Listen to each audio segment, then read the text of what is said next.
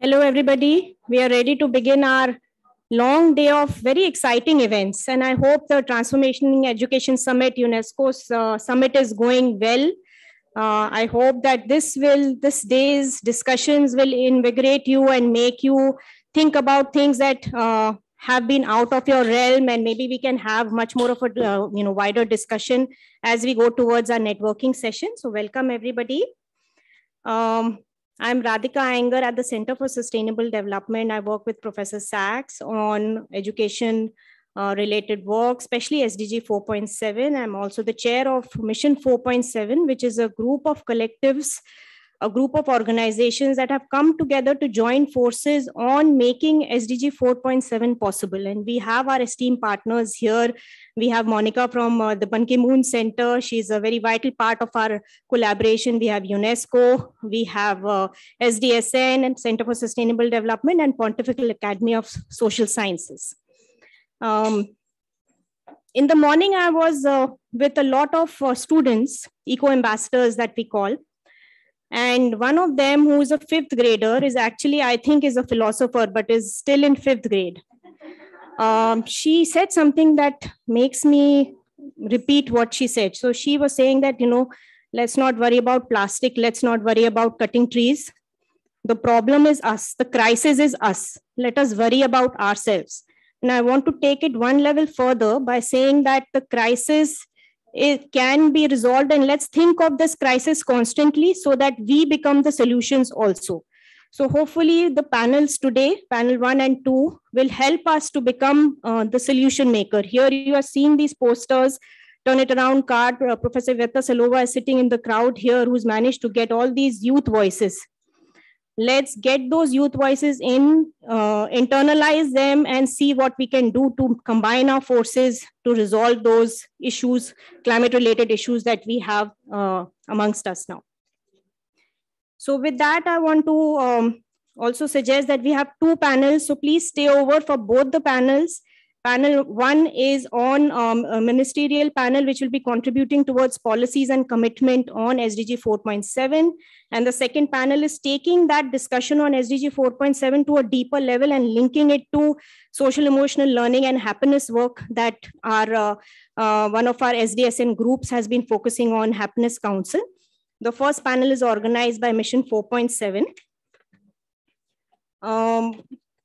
Before we get on to the discussions of the panel, we have a very special guest. She is our education task force member and is a very important think leader in our group, Leslie Woodwin. She's here. She runs Think Equal, and she's actually practicing the 2 panels that we will be discussing today. She has a program in place that links both of them, SDG 4.7 with social emotional learning, and she has a very special message for us, and she'll be showcasing her work with us. Leslie, we are so happy that you are, we are honored that you are here. Please, if you can come here and share your news. Thank you.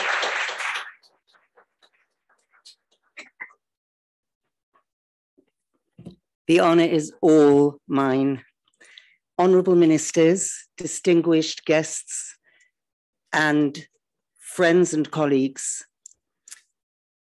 it is a great privilege, an honor and a joy to have been tasked with celebrating and presenting to you a flagship program for Mission 4.7's transformative quality education.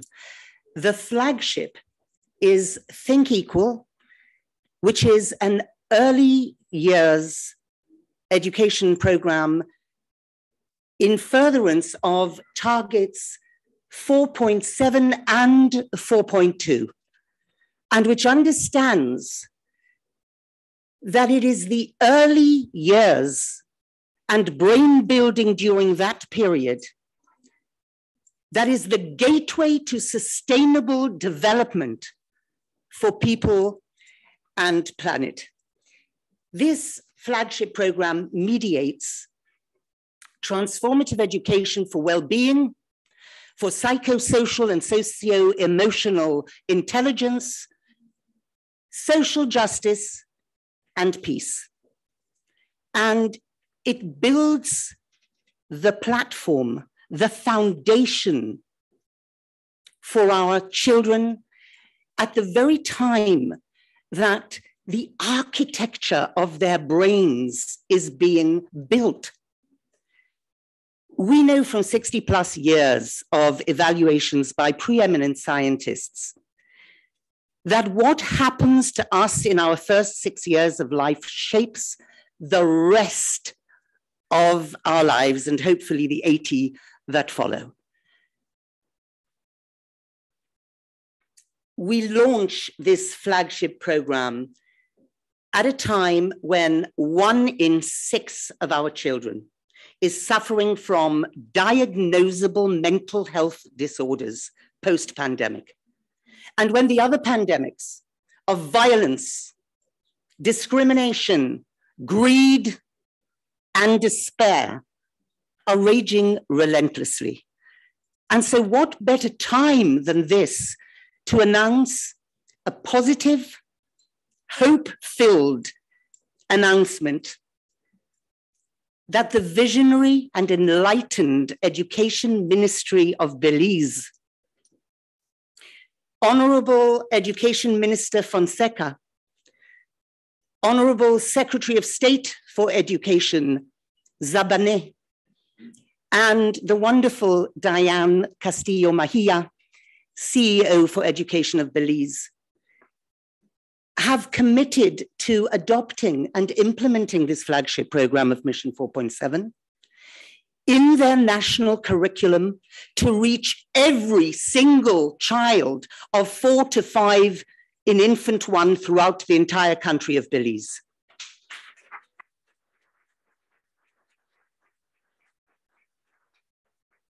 Now, they have recently created an excellent competency-based curriculum in Belize, but they're not content to just sit back and let this theoretical document, though eloquent, though excellent, carry the work. It can't do that, and it won't do that. So they diligently, with their impassioned hearts and their duty of care fulfilled to their youngest, most vulnerable citizens, have decided that they will capacitate and equip their teachers with the very tools, the resources, the lesson plans, the narrative picture books, 1 a week, 30 weeks, 3 times a week, of this concrete, tangible expression of those lists of outputs and objectives. They know that that is how you achieve mindset change and positive life outcomes. Deepest gratitude must be expressed here to Think Equal's partners, UNICEF. They are exceptional leaders in this field, alongside, of course, our cherished, beloved UNESCO. And they know that theory without actionable practice at the coalface in the classroom doesn't carry much meaning. This program is evidence-based, 3 RCTs across 3 countries as disparate as Botswana, Colombia, and Australia have proved powerful impact, and indeed that the greater the deficit, the greater the impact in the child. And they've done so in terms of proving increases in pro-social and decreases in antisocial behaviors and attitudes like anger, aggression, anxiety, withdrawal. And this program is so inexpensive that it's been possible for one individual, our cherished Jennifer Gross, who is on the high-level advisory committee of Mission 4.7, to partner and single-handedly fund the entire country. It is so inexpensive that in the country I come from, England, the cost of giving this program to transform the lives of every single child in the whole of England equates to the cost of incarcerating 88 violent offenders for 1 year. So, have we learned that it's better to prevent than make futile attempts to cure? Have we learned that it's not enough to just talk now about reimagining education? We have to repurpose education. It is an institution that was designed in and for the Industrial Revolution. It's no longer fit for purpose and must be overhauled and repurposed. And Belize is doing just that. Please, all of you, applaud Belize for their boldness, their courage, and their enlightenment. Thank you. Thank you so much, Leslie. That was so inspiring to see that solutions are with us and we are practicing those solutions. With that, we'll start with our ministerial panel on contributing Transforming Education Summit to the Transforming Education Summit. And we'll have the ministerial panel soon. We want to start with our keynote, two very special keynote addresses. First by Ban Ki-moon. He's the UN former Secretary General and patron for Mission 4.7. We have a recorded message. He's in Korea right now. And so glad that he was able to spare time to share this message with us.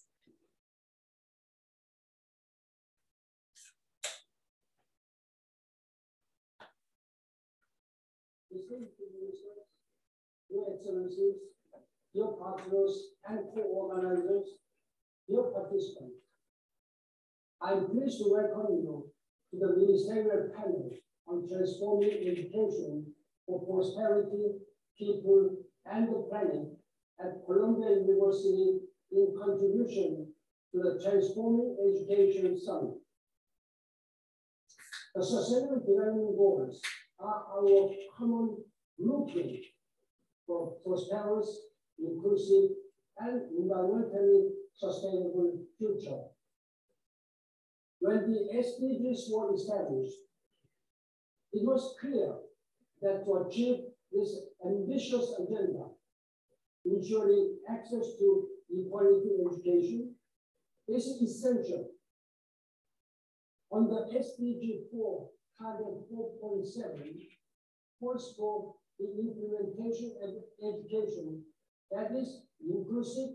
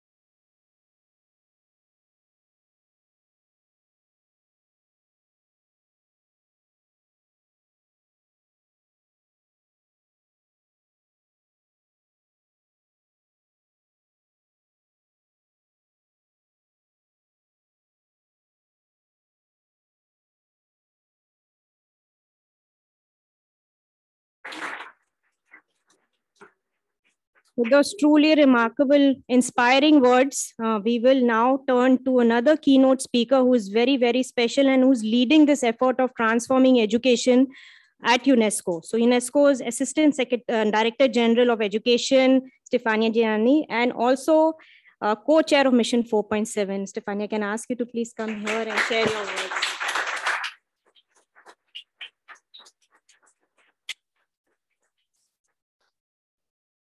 Thank you so much. Great to be here. I would say the right place to be at the right time with the right people in the room. So I'm very happy coming from these 2 very intensive days discussing, planning about how we can better and more cooperate to transform education, to transform society. And Columbia University, everybody knows the reputation, the long-standing commitment to contribute in the humanities as many other sectors, but now, more recently, thanks to the strong engagement of our dear friend, colleague, Jeffrey Sachs is really very much walking the talk about these topics we are discussing. And just coming immediately after another father of SDGs and SDG 4 in particular, His Excellency, the former Secretary General of the UN, Ban Ki-moon, just recognizing the role of Ban Ki-moon Center in this business. I think it's a great honor, a great pleasure for me. Well, let me focus, as it's a very complex topic, but I'm sure we share more or less some ideas, some vision, and how to move together ahead. I think that 4.7 is really the engine of transformation of SDG 4 agenda. This is a target which actually captures the transformational ethos of the agenda as a whole and the power of education to touch upon mindset, awareness, and behaviors. We know that SDGs are not only about shifting priorities and financing. Despite the very strong, passionate, and touching commitment to work on financing that Jeffrey Sachs brought to our attention yesterday morning, many of you were there, I'm sure, I would say that the financial gap, which is a huge problem, is not maybe the most important one.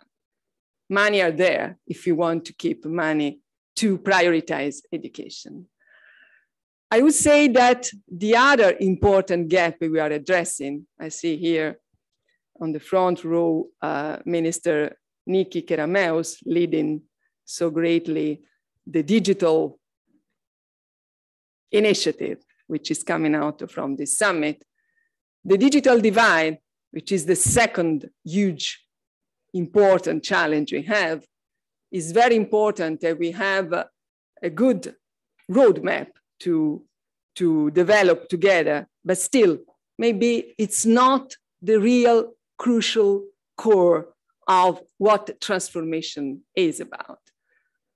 The real gap we have to fill as much as possible is the knowledge and values gap, the knowledge and values divide, which is still around the world. And of course, these dimensions are all interconnected. Let me focus presenting the UNESCO perspective and the contribution that we are giving to this unprecedented global mobilization from countries, the UN agencies, and all partners, which has been run through the last 6 months through some 154 national consultations that are already bringing out bottom-up the perspective from education communities, ministers, and all people and stakeholders involved. National consultations report that called the analysis we are doing of these national statements and commitment prepared for the summit finds that a large majority of countries place emphasis on renewing curricula, content, and methods to make them more fitting to the purpose, to contemporary issues. As the previous speakers already said, a model which has been established in many countries, well-structured, I mean, centuries ago, is not more appropriate. And also, the pre-summit organized in June at UNESCO, where many of you as ministers, 154, another unprecedented record number, talking about their own needs, their own ways to transform at national level, highlighted the crucial role that education must play to transform societies, if and only if we address this important point, filling the gap, the knowledge and values divide. So transforming education means for us, quoting from UNESCO Perspective documents, empowering learners with the knowledge, the skills, the values, and attitudes to care. This is the learning to care that we need in this century. And the Futures of Education report, which has been released last year, with a kind of a pioneering approach to the Transforming Education Summit, actually, among other important messages, is providing the international community this important message. Call for a new model which puts the culture of caring at the very center. Caring for the planet, because the planet, the earth, as there is there a nice motto, is what we have. Actually, caring for others, because we cannot absolutely ignore the increasing number of contests of conflicts, war, intolerance, discrimination, democracies being at stake. And caring of the new dimension where human beings have to deal with technology first, including artificial intelligence and the ethics of artificial intelligence to be part of the equation. So it's about making education systems resilient, adapt to an uncertain and complex future, while actively and creatively contributing to the well-being of people and the planet. Well-being is a notion that, I mean, very ambitious. It includes happiness, it includes freedom, it includes all the conditions that as individuals and society have the right to keep alive. And education is a kind of tool on one side and is a kind of goal on the other side. So you will see, if you share this vision, if you agree with me, I mean, we have a really very, very challenging and demanding task, colleagues. How can we transform this beautiful agenda in concrete actions which can have an impact on the ground? As you know, UNESCO, has been established 75 years ago, 6 now, I think, celebrated the anniversary last year, to build peace in women, in men's mind, women and men's mind. So at the very core of the mandate of this organization is really very much this agenda. And the transformative approach we see is not simply an add on specific subjects, which are of course very much important for us. We launch also tomorrow in the spotlight sessions, the Greening Education Initiative, which will call countries to commit to include climate change and environment, natural knowledge in curricula in a very permanent and structural way. we also will bring out the importance of global citizenship education, which is already a very, very well done structured framework that many countries are developing. I wish to acknowledge and commend Belize. I was yesterday in the panel and listened to the minister explaining the ambitious action plan. But beyond that, we have to think of an holistic and comprehensive approach, which must go beyond specific subjects. And let me give to you some good news. Awareness is growing. We had around the world on the importance of this approach. During the most recent consultation UNESCO ran on the implementation of an historic recommendation, the 1974, I'm sure some of you are aware of what is about, quoting the title is a long one, Recommendation for International Understanding, Cooperation and Peace and Education Relating to Human Rights and Fundamental Freedoms. Now, for us are common language, but they've been agreed at intergovernmental level in the 70s, 1974. So now all countries reported that education for sustainable development and global citizenship are reflected in their laws and policies, curricula, and teacher education. So it's an awareness which is growing around the world. And while we are reviewing this recommendation, including new updated dimensions, we are happy to see that a progress has been made.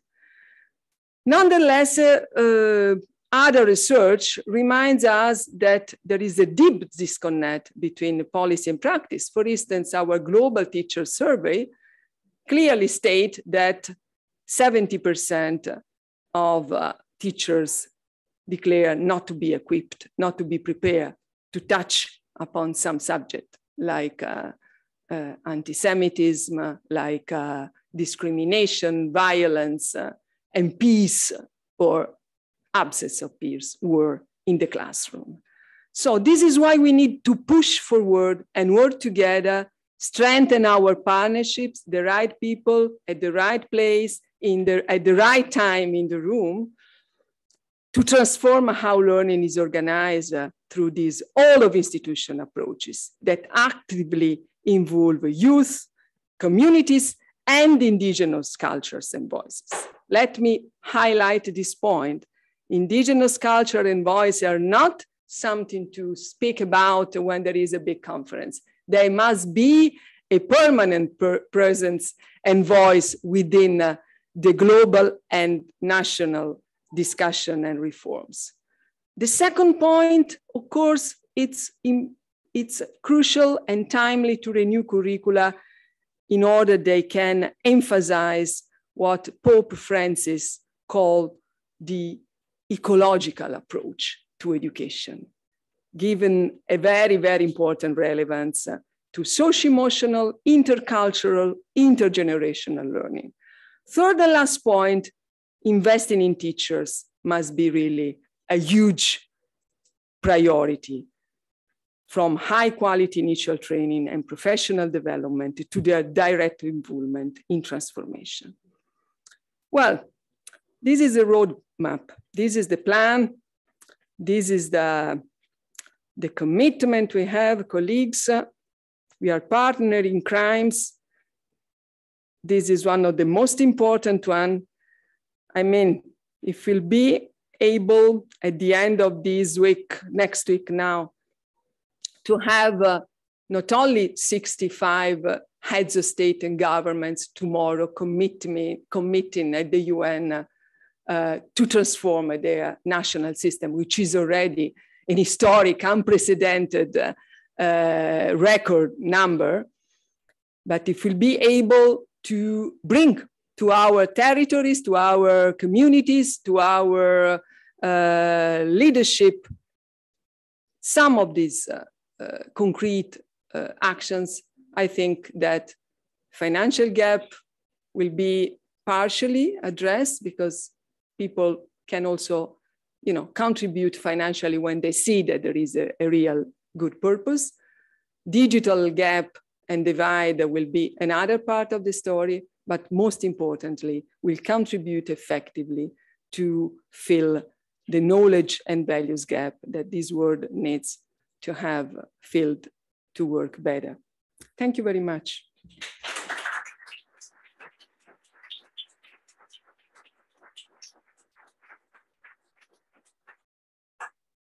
I think Madam Janani has given us the roadmap. Now it's our time to take action. And the first panel is taking the action panel. So I'm so happy to invite all our ministers, please, to come and take a seat here. And also inviting Dina Bookbinder. She is a maverick in education and has been looking at transforming education since she was 24, where she founded Education for Sharing, something that we heard Stefania also mentioning also. So I will give the floor to her. She's also the chair and board of United Nations Youth Associations Mexico, and no other person to chair and to moderate this session other than Dina. Thank you, Dina.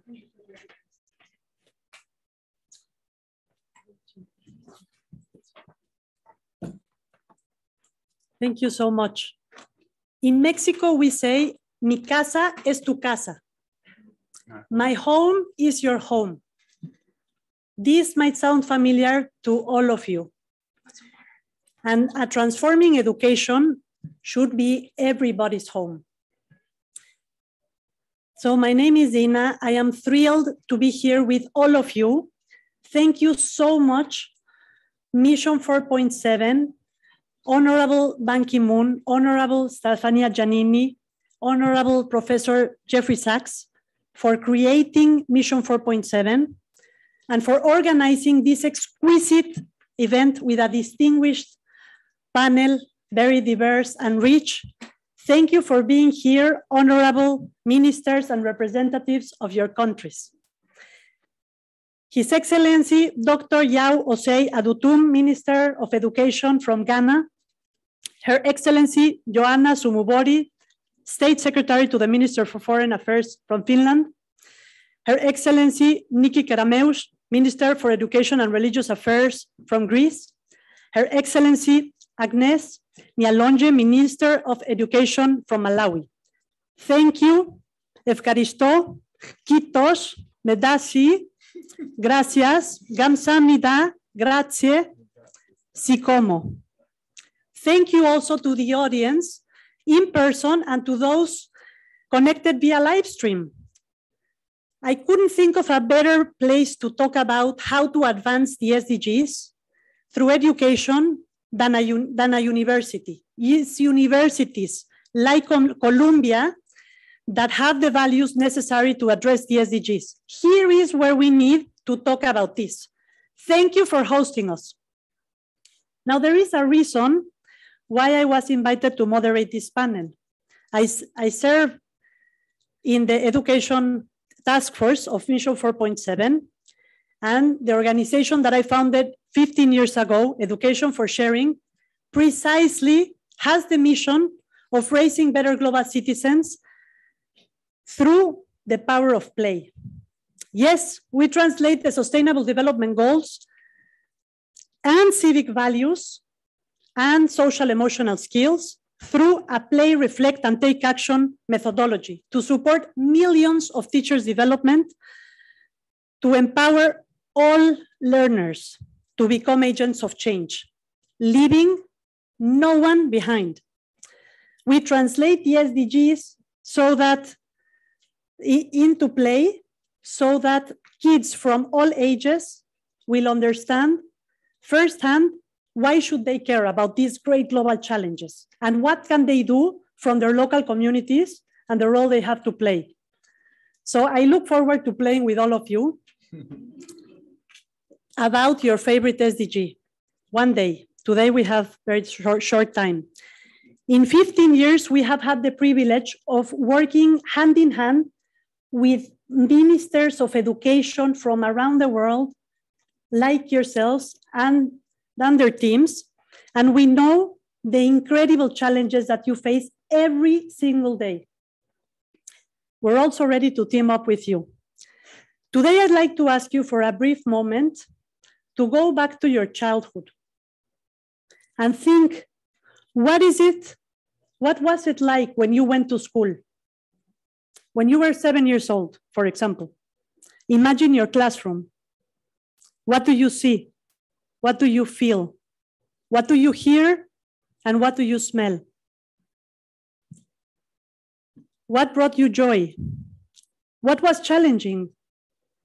And what motivated you from those experiences so that today you have taken initiatives that can actually transform education? With that in mind, and talking about challenges, I will invite you to, in 5 minutes each, to address issues like your country's approach to transformative education as enshrined in SDG Target 4.7, the role of governments in transforming education, and in that, what other stakeholders does your ministry work with to ensure that transformation actually occurs, an education policy or program that you're most proud of, and why, and some challenges that you faced implementing these transformative policies, and how have you addressed them? And last but not least, any advice you could share with your fellow education ministers regarding transformative education for the SDGs. I would love to start with His Excellency, Dr. Yao Osei Adutum, Minister of Education from Ghana. I can see their faces. Can I stand? Is it possible to stand? Oh, absolutely. Yeah. Yes. All in 5 minutes? Please. Everything right. Show us it's possible. Wow. Thank you so much. It's a great opportunity to be here this afternoon. I'm so grateful that I was invited to this event. As a Minister for Education in Ghana, I'm proud to be among the panelists here. This afternoon, you've asked me to address, it means I have to now repurpose, repackage, and make sure I can hit a point in regards to what you want me to say. But I just want you to know that before I became Minister for Education, I live in Los Angeles and taught in the Los Angeles Unified School District. And then after 10 years of teaching for LA Unified School District as a mathematics teacher, I got adventurous and began a journey in the development of a charter school. And I developed the new design charter schools in Los Angeles. Now we have 3 campuses in LA. And it was there that the current president came to America, visited there, saw me and said, would you consider coming back to Ghana to help me change the education system? He couldn't believe that a Ghanaian would be building schools in South LA. So after I told him all that I was doing and how I got to become a charter school developer, he said, I'm introducing free senior high school in Ghana. America was the first country that championed free education for all and used that to democratize their system and transform their fortunes. So I want you to come to Ghana, share with me and share with us the American experience and change the education system for me. It wasn't easy responding to that call, but I decided to go. And I became, he made me Deputy Minister for Education. After 4 years, he said, hey, why don't you become the Minister for Education? Why don't you bring some of the American ideas to bear in our transformation agenda? As I sit here and hear about the SDG goals and talk about the gap between the knowledge and values and how do you transform that space, we were lucky, we were beginning a new curriculum and we're able to infuse the SDG goals into it. So in terms of the curriculum, whilst we implement, we're also implementing the SDGs goals in terms of the values, caring for people and all those things that really matter. But also know that in a developing country like Ghana, in order for you to create a transformative education system, you have to begin to understand that you need some leapfrogging strategies. The government decided that we wanted every student to go to senior high school. 60 years after independence, high school, upper secondary was just the preserve of the rich. If you are poor, you could not go. How do we create all the spaces necessary for everybody to go? We have to go to California. We had to look at year-round schools, and we implemented year-round schools in Ghana. That means we divided all the students into 3 tracks. At any point in time, 2 of them are in school. We were then able to create space for every single child to go to senior high school. So as I speak with you, we began with Before Free Senior High School, there were only about, or the introduction of year-round schools, only 800,000 students were in school. When we removed the cost barrier and increased access through year-round schools, we've been able to grow secondary enrollment from 800,000 to 1.3 million. We have also increased gender parity. Before the introduction of Free Senior High School, parents in deprived communities had to make a choice between the girl going to high school or the boy. Invariably, it was the boy. So our gender parity at the time was 0.92, 9.99. Next year, there will be a gender parity in Ghana at the secondary education level, all because we're able to use leapfrogging strategies for access. Because if you don't, you're going to sit there and lament and say, oh, developing country, no buildings, we can't do this. But when you begin to think about leapfrogging strategies, when a sense of urgency is created, you begin to borrow from around the world, then what was deemed impossible then become possible. So instead of saying, I don't have buildings, begin to think, why not year-round schools? Why can't you reduce the enrollment of students in the classrooms through year-round school concept? Because even if in California, a developed nation, a state in a developed nation, in 1994, when high school became 4 years, they had to use year-round. Then we could also use same, and that's what we are doing. Beyond that, we've also used technology and open education resource in transforming our education system. Communities with access to the internet has what we call the iBox. It's a server that emits local Wi-Fi, and with that, students can access quality content that is in that box that we call the iBox, made in Ghana for Ghana, and that is breaking frontiers. STEM education is being boosted through virtual labs. So instead of waiting for a wet lab to be constructed, we are able to have this quality labs, virtual labs developed, and schools have access to them. And where there's no internet, they use the iBox for connectivity so that they can use lab activities. So we know that we need to boost STEM education. We know we don't have all the resources. Then we look at technology to see how we bring about that transformation. Adult education is now being implemented in Ghana. It was never done, now we are doing it. So those who could not get access to go to secondary school during their time now have access through adult education, through an agency called the Complementary Education Agency. So in the case of Ghana, like many other developing countries, when we are talking about SDG goals, we have a major decision to make in terms of how do we even allow the students to be in their seats so that we can talk about SDG. If they are not going to school, how do you educate them the way the SDGs want us to educate them? We also have 2 universities that focus on environment and sustainable development, and everything about those institutions about how the country meets the SDG goals. So there are major things taking place, and you said an advice to other ministers. So let me jump there. When I became Minister for Education in Ghana, one of the things I realized was that the Ghanaian education system, unlike the US, is more specialized at the upper secondary. When you get to the upper secondary, you either do general arts. That means you are not doing serious science subject. You may also do visual arts, and you are boxed in.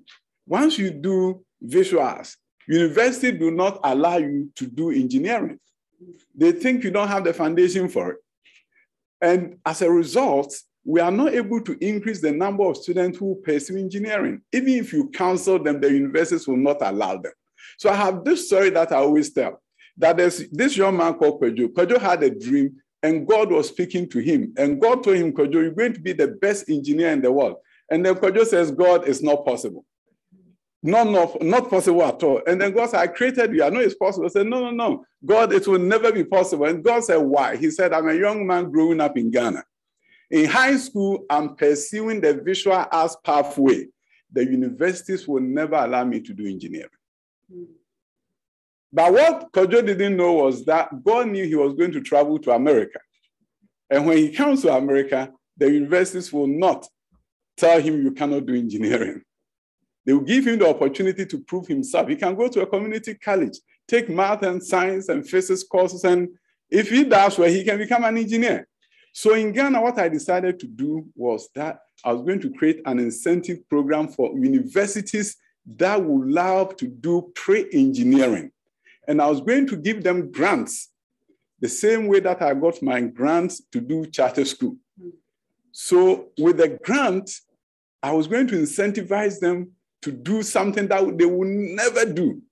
So I published in the newspapers that any university that wants to do pre-engineering can apply for the grant. All of them applied.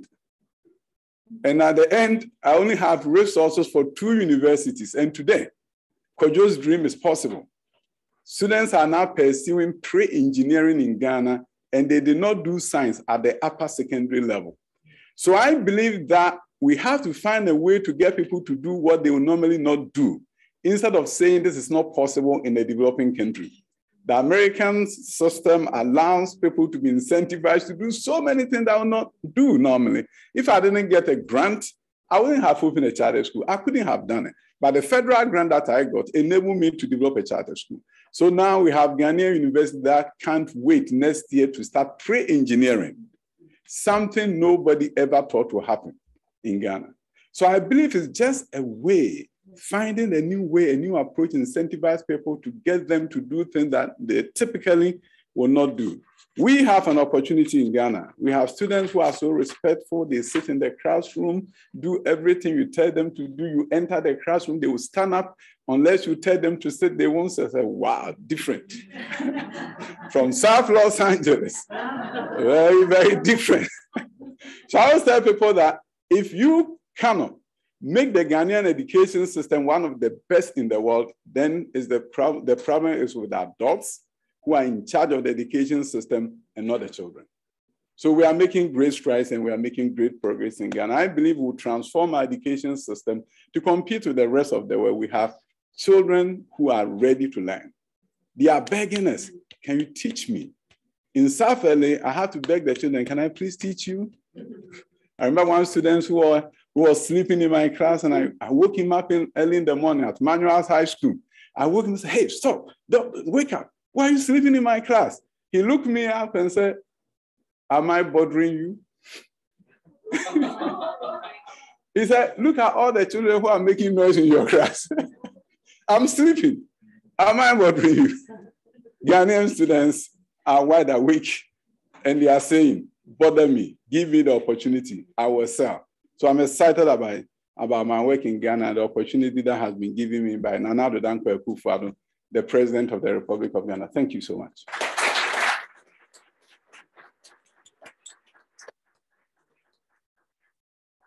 Tremendously inspiring. And we can't wait to visit all those kids and the system in Ghana. And a very entrepreneurial minister, indeed. And leapfrogging strategies, incentive programs, there's lots to do.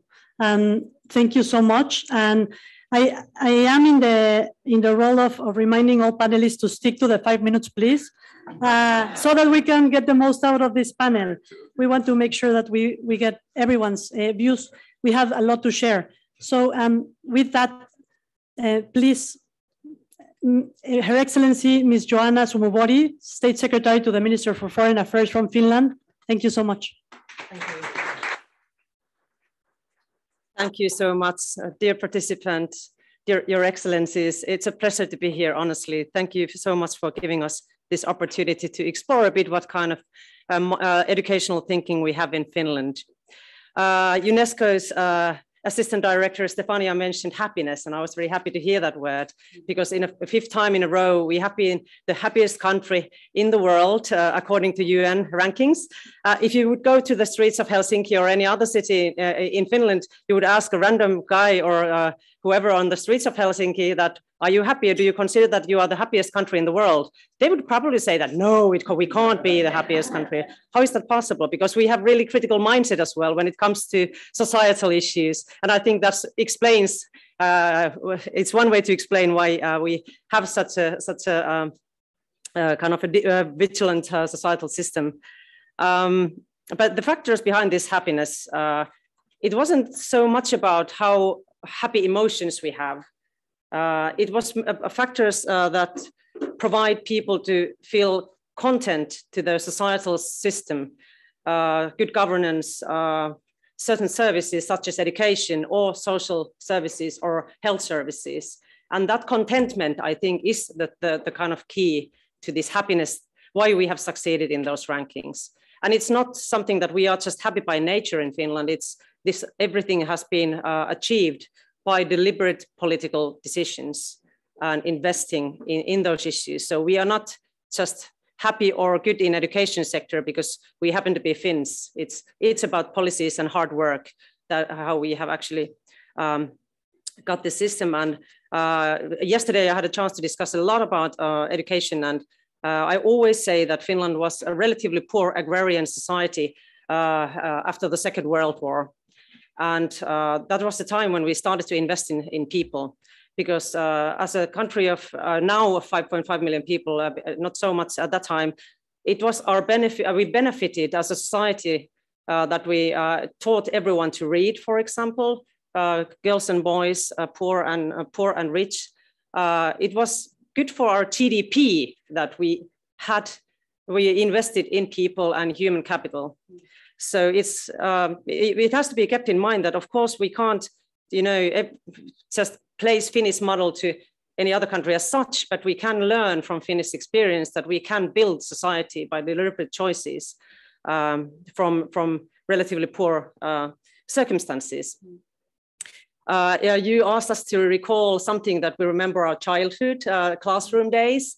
I started my primary school in 1983, actually, in west part of Finland.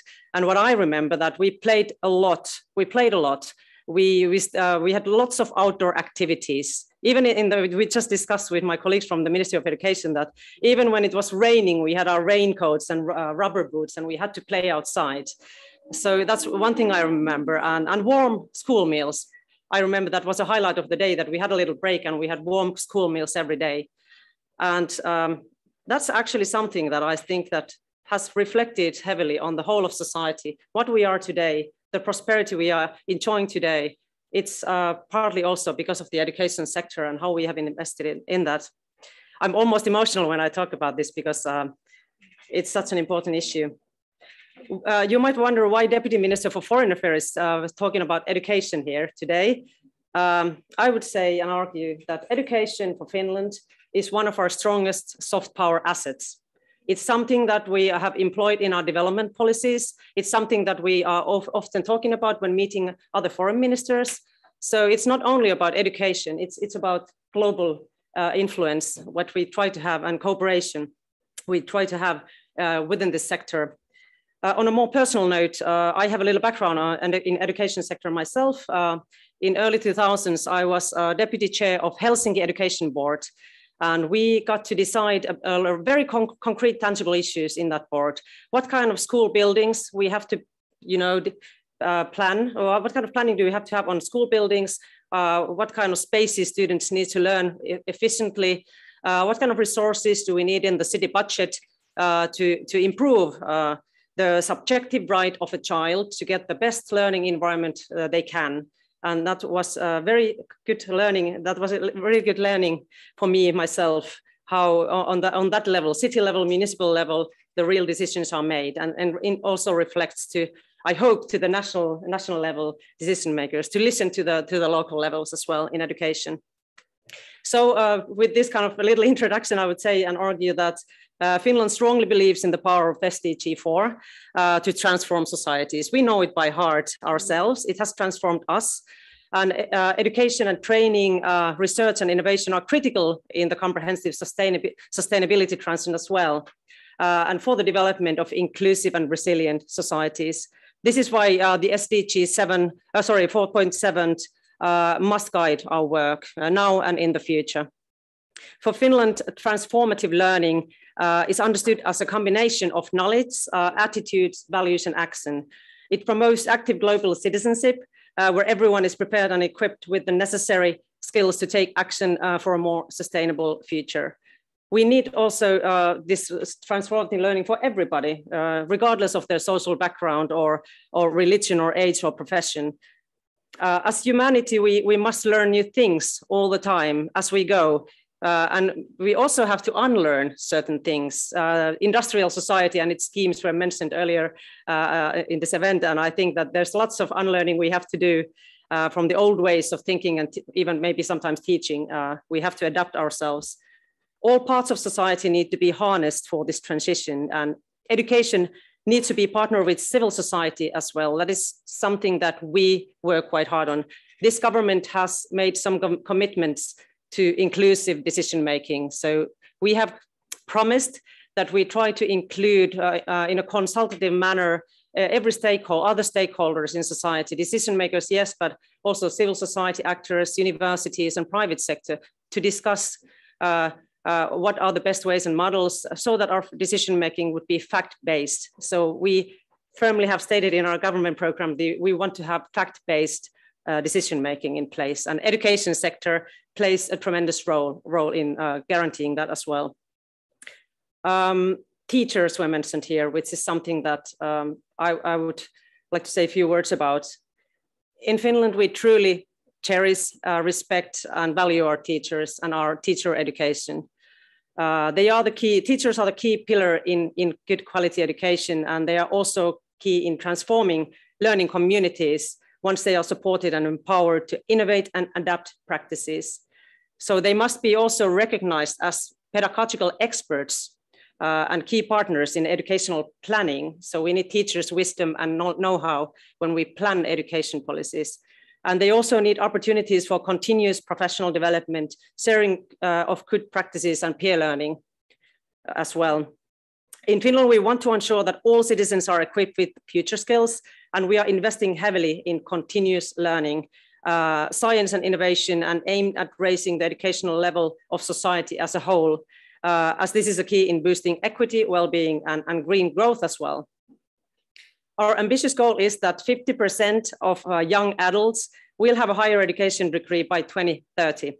And as part of our effort, we aim at increasing our participation in early childhood education and care. And we have extended the minimum school leaving age to 18 years. Dear colleagues, in Finland, sustainable development is integrated in all levels of our education.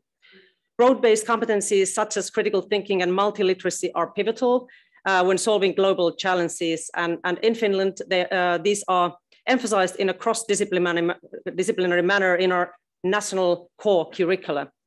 Since the capacity to always learn new things will be the key, learning to learn is also one of transversal competencies in Finland, starting with early years. Phenomenon-based learning requires collaboration of teachers and new learning environments as well, which extends beyond the classroom. And we have launched a project on sustainability education, which actually invites the entire basic and upper secondary education to integrate sustainability into schools' operational culture. And as one of the major reforms in Finland, we have also recently updated our entire system of continuous education. The reform is still ongoing, but it was prepared as a parliamentary process with an aim to create the systemic way to and upskill the working age population. So all this supports our aim in Finland to achieve also carbon neutrality by 2035. I think it's one of the most ambitious targets globally that we have set up for ourselves. I admit that it's not easy. We have to work really hard, but that's something that we need education sector as well, and scientific communities and universities in this work.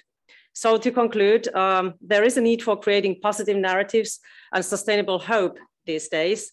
And the message of hope should be also permeate our approach to sustainability. There's a lot of cynicism also in society, so societies or global discussions, but I think we don't have afford to be cynical. We have to have hope in our minds.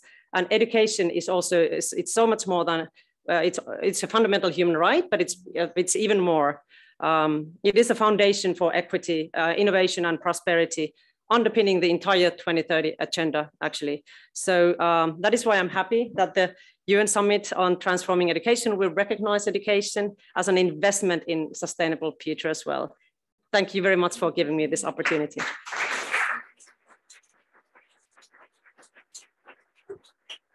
Kiitos. And so much to learn from how Finns have succeeded. Thank you so much. It's not only hard work, it's also investing in people, investing in happiness. And it's no coincidence that you played when you were a girl, and that's how you learned. So thank you so much for learning. A lot of richness needs to be digested from all the extraordinary work you're doing. I would love to invite His Excellency Francis Fonseca, Minister of Education, Culture, Science and Technology from Belize.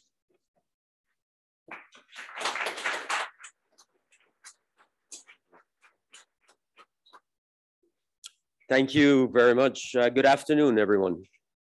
Good afternoon. It's a great honor and pleasure to join you this afternoon. Of course, I wish to acknowledge the distinguished colleague ministers. Thank you to Columbia University for hosting us, Mr. Jeffrey Sachs, for your kind invitation. Belize welcomes this opportunity to participate in this most critically important and timely discussion on transforming education in the context of sustainable development. Belize considers itself a leading voice and actor on this issue of our time, sustainable development.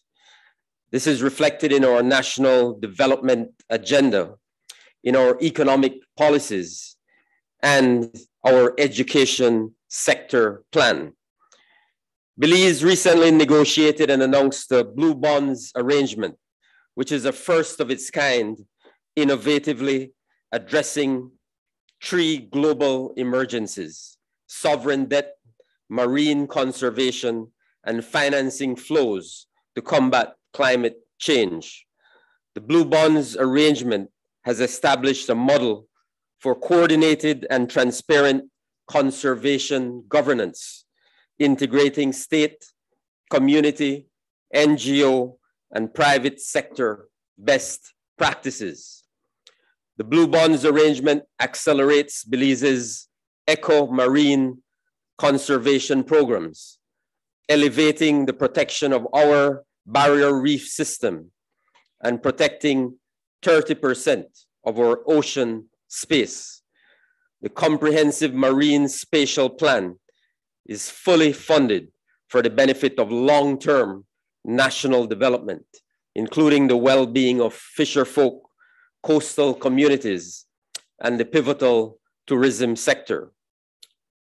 I share this with you to demonstrate to you that we in Belize are fully committed to transforming our country through sustainable development policies and goals. Central to this effort, of course, is education. The Ministry of Education, therefore, plays a lead role in advancing Mission 4.7, education for sustainable development, global citizenship education, environmental education, climate education, peace and human rights education, equity and inclusion. These are all fundamental components of Belize's Education Sector Plan 2021-2025. The vision statement as set out in that plan states that Belize's education system will be inclusive, of high quality, accessible, and equitable, technologically driven, and capable of fostering the development of good, productive citizens. The system will be accountable and effective in providing the support necessary to allow students, regardless of individual or family characteristics, to achieve their full personal and academic potential and to contribute positively to national development. As stated in our plan, curriculum is the foundation of education. On the surface, it is comprised of a list of topics, objectives, and strategies that are used by teachers to deliver content and assist students in developing a prescribed set of skills. But on a deeper level, it is society's way of imparting the knowledge, capacities, beliefs, and attitudes that will lead to a desired social and economic state. Therefore, when there is no alignment between the curriculum being delivered and the aspirations of a country, education becomes irrelevant and national development is compromised. The world changes at a rapid pace, and so what we teach and learn and how we teach and learn must constantly evolve. This reality calls for building adaptability, innovation, and resilience. Therefore, curriculum, instruction, and assessment must be designed to promote deep learning, to focus on what students are able to do with the knowledge that they acquire and the extent to which they are able to think critically and to solve problems in a healthy, productive, and sustainable manner. Furthermore, curriculum, instruction, and assessment must be aligned to each other.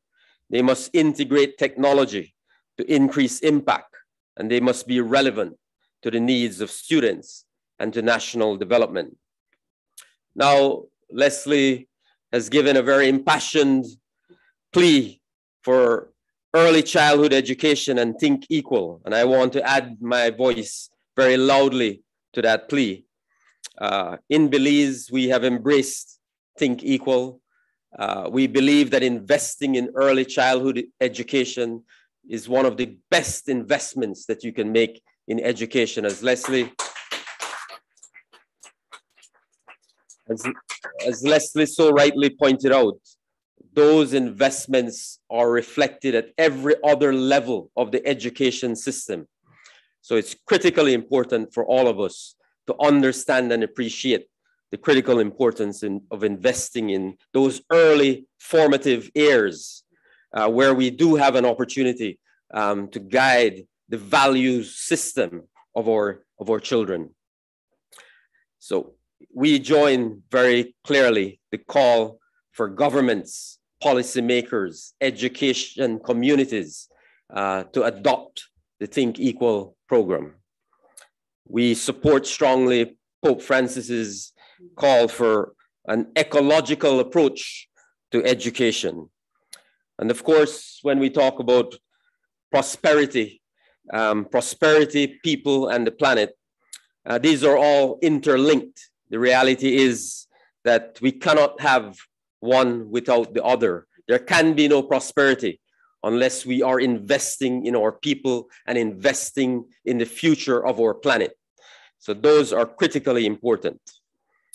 And equally, in closing, equally important to transformative education is ensuring that as governments, we are recognizing and prioritizing underserved sectors. For us in education in Belize, this means that we are enacting policies and investing resources in early childhood education, special education, and student welfare, including a national Healthy Start feeding program. We are particularly proud of our Education Upliftment Project, Together We Rise, which provides a comprehensive, targeted intervention for students and schools in vulnerable, at-risk communities. Overall, wraparound services include provision of school meals, uniforms, footwear, school supplies and resources, textbooks, digital devices, access to reliable internet services, school transportation, and upgrading of school infrastructure. My friends, in the final analysis, it is abundantly clear that we cannot separate transformative education from the SDGs. They are directly linked one to the other. The policies, actions, and decisions of ministries of education, and as Minister from Finland said, it's not just education. The ministries, the national leaders, the ministries of foreign affairs, all have to be on board, and their policies and actions and decisions must reflect this understanding that SDGs and transformative education cannot be separated. So let us act now. Thank you.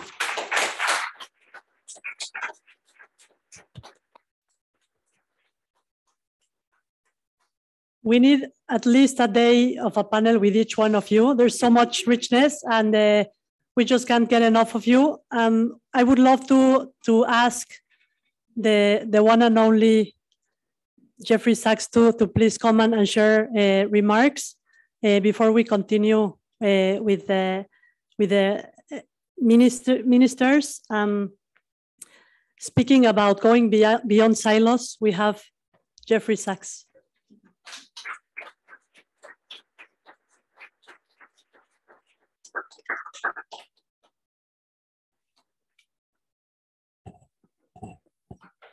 What an incredible set of remarks, Minister, and to State Secretary also. I only caught the last two remarks, but I heard our wonderful ministers from Ghana and Greece yesterday, and I hope we have a chance, Minister of Malawi, one of my favorite countries, to have a chance to speak together. But like everything in this week, I'm just running frazzled and am expected at the UN, I think 5 minutes ago. So I'm going to be very, very quick and brief.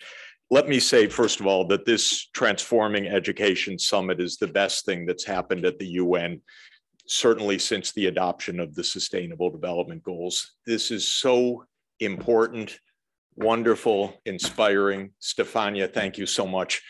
This is your leadership, and it is UNESCO's leadership, and it is the Secretary General and Deputy Secretary General's insight that we need to move education not only up the agenda, but to the top of the agenda.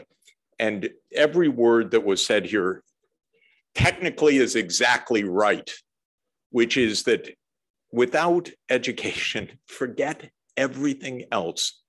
Forget economic development, forget peace, forget sustainability, period. And there's not a chance for any country that doesn't educate all its kids. It's impossible. That's not true 50 years ago or 100 years ago. There were other jobs. You could till the soils, and most people were in subsistence work, and education was a luxury. Those are the days of the past. And there's no future if kids are not in school and learning, and if adults aren't continuing to learn. We're going to have a session on social and emotional learning, and I think even more than children being in social and emotional learning, I would like the world leaders to have some social and emotional learning.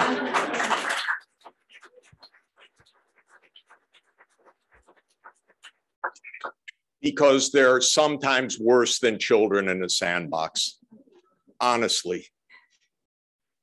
They're provoking each other. They're, I'm bigger than you. We'll defeat you. And these are countries with nuclear warheads. It's insane. So a little social, emotional learning and even happiness would help among the world leadership. But one of the things that needs to come out of this summit is actually the means to support these wonderful ministers. And Stefania and I talk a lot about this. We need financing. And if I could ask our wonderful State Secretary to speak with your absolutely wonderful commissioner in the European Commission, Commissioner Urpilainen, who is herself a teacher and a wonderful person. We need the European Union to put in its cooperation agenda education finance at the very top. We should have a partnership between the European Union and the African Union, where Europe says, we will be with you to make sure every child is properly educated, at least all the way through upper secondary. It's the minimum that Europe should do for itself, by the way, much less for your neighbor with 1.4 billion people and growing rapidly, and where 40% of the continent is school age, and the kids are not in school. And the sign that greets us at the UN, it shook me. I told you it shook me yesterday morning. The new study of UNESCO and UNICEF and the World Bank, that only 1 in 3 10-year-olds can read a paragraph and understand it. Are we going to talk about sustainability? Sustainability means that the children can pick up on their lives. And if they can't read, they can't.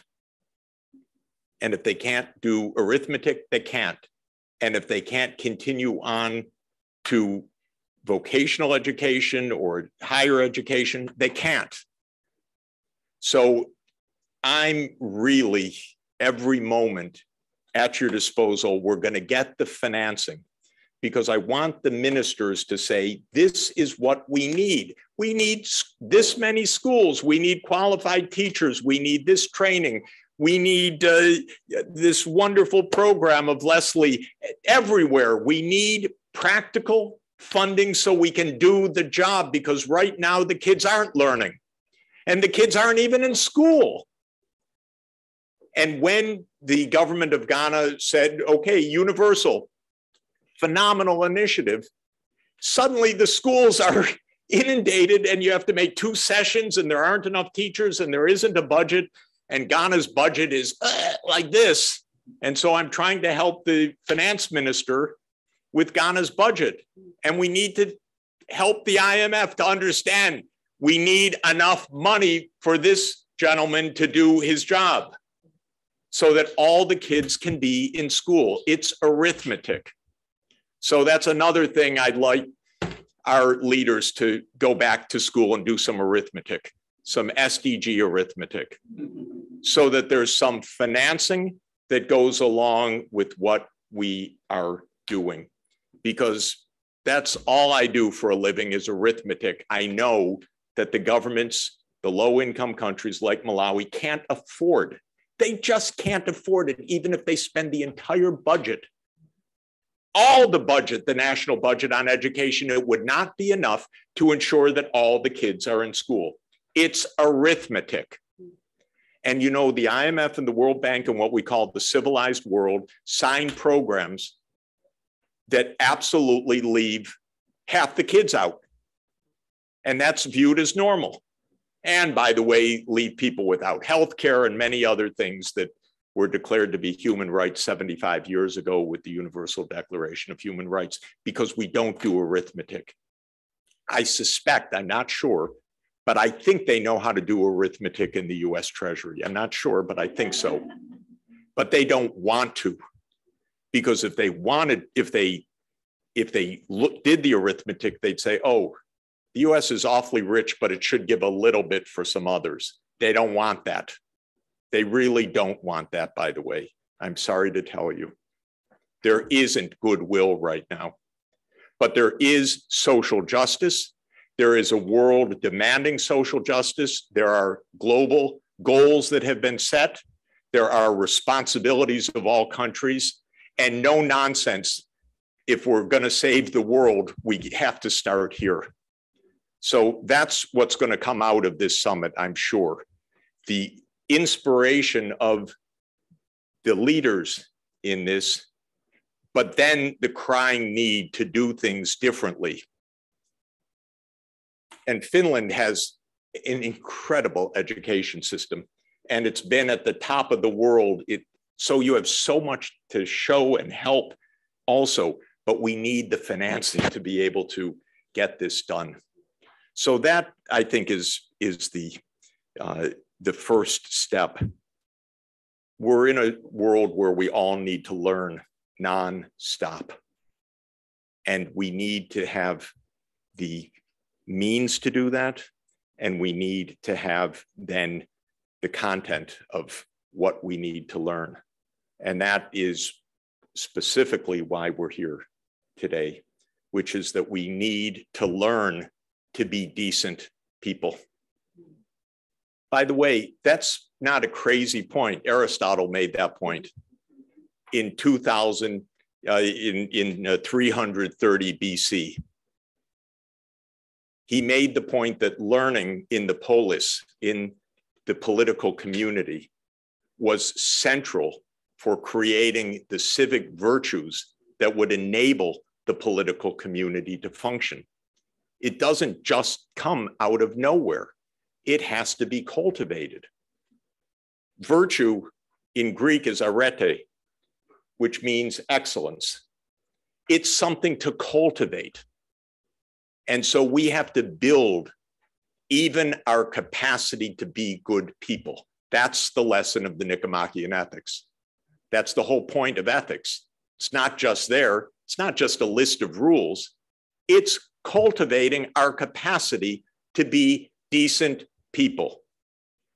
And that's why Mission 4.7 is so important. Partly it's technical. What are greenhouse gases? How does anthropogenic warming work? Why do we care? Okay, fine, technical. But part of it is being citizens, is respect for culture, is a culture of peace. We don't have a culture of peace in the United States. We have shootings on my block almost every week now. We've got 300 million handguns, and the United States has been involved in more than 100 military interventions since 1990. We don't have a culture of peace. We believe in war. We need a new education system. We don't like the Chinese. You know that? But I bet that a vast majority of Americans could not name 2 cities in China. They don't know anything about the Chinese. They know they're the enemy. That's all they know. They read it somewhere. They heard it somewhere.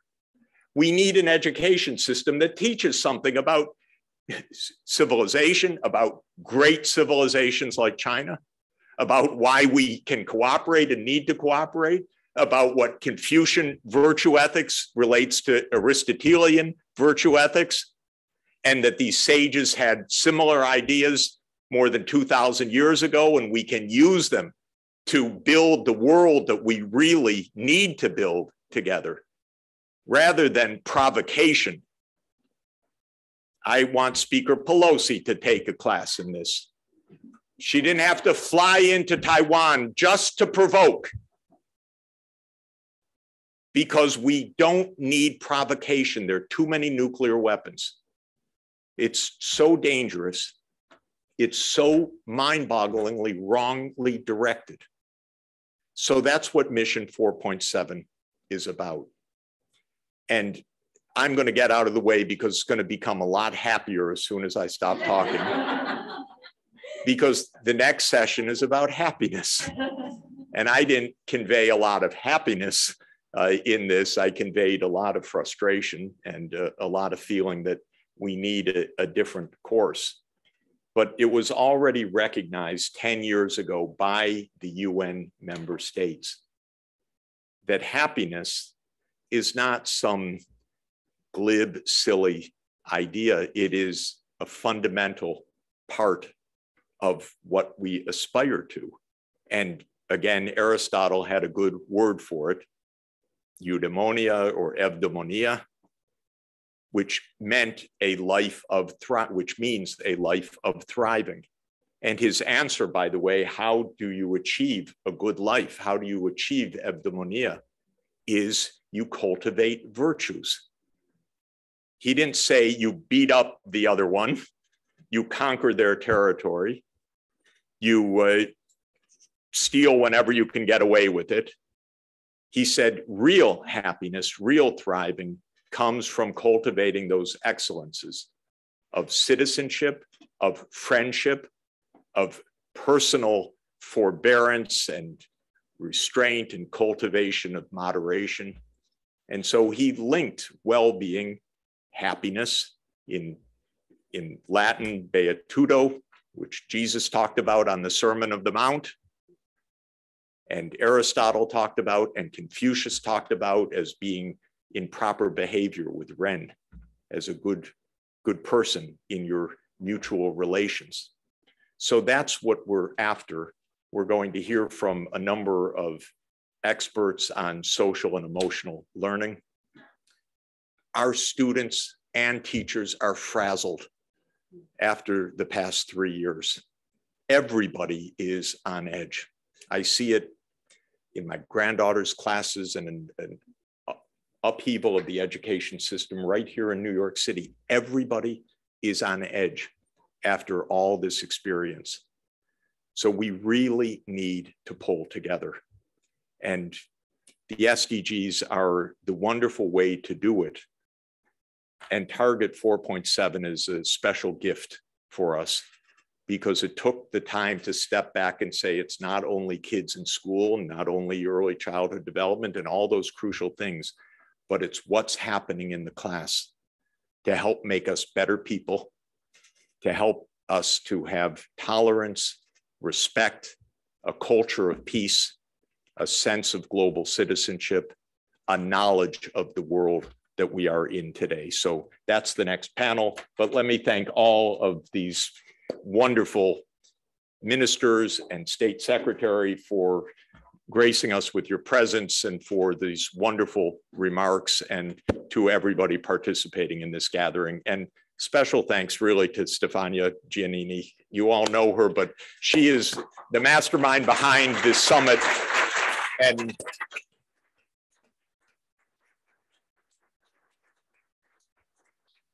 we're really going to work together to make sure that the legacy of these remarkable days continues. Thank you.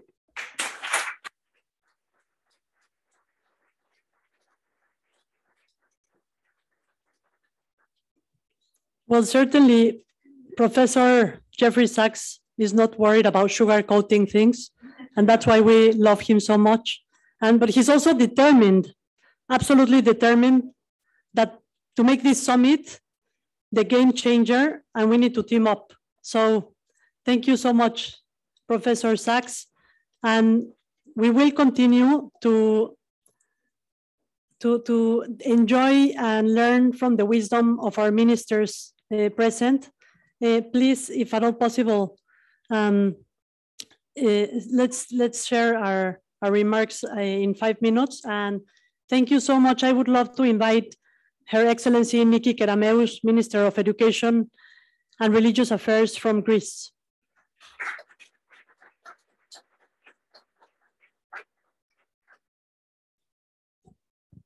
Thank you so much. Your Excellencies, fellow ministers, ladies and gentlemen, it's a true honor and pleasure to be here in this room. And I want to start off by saying that I think none of us would be here today had it not been for 3 people. His Excellency, Honorable Ban Ki-moon, Stefania Giannini, Professor Jeffrey Sachs. I think we owe it to the 3 of them that we're actually here. We're talking about transformative education. Thank you for your leadership. Thank you for your commitment to making this a better place. Thank you for your dedication to transforming education. Why are we talking about transforming education? I think we're talking about transforming education because we live in a world that's changing at a very, very rapid pace, extremely rapid. Think of the students who are now entering school. So they're 6 years old. They're gonna be called upon to enter the workforce in 2038 or 2040. In 2040, the world is gonna be very, very different. And it's really hard to predict today in 2022 what the world is gonna be like in 2040. So for us in government, it's really tough to equip the youngsters with the knowledge required. That's why we have to focus on something different. That's why we have to focus on skills. That's why the effort has to be to move from a knowledge-centric system to a skills-based system.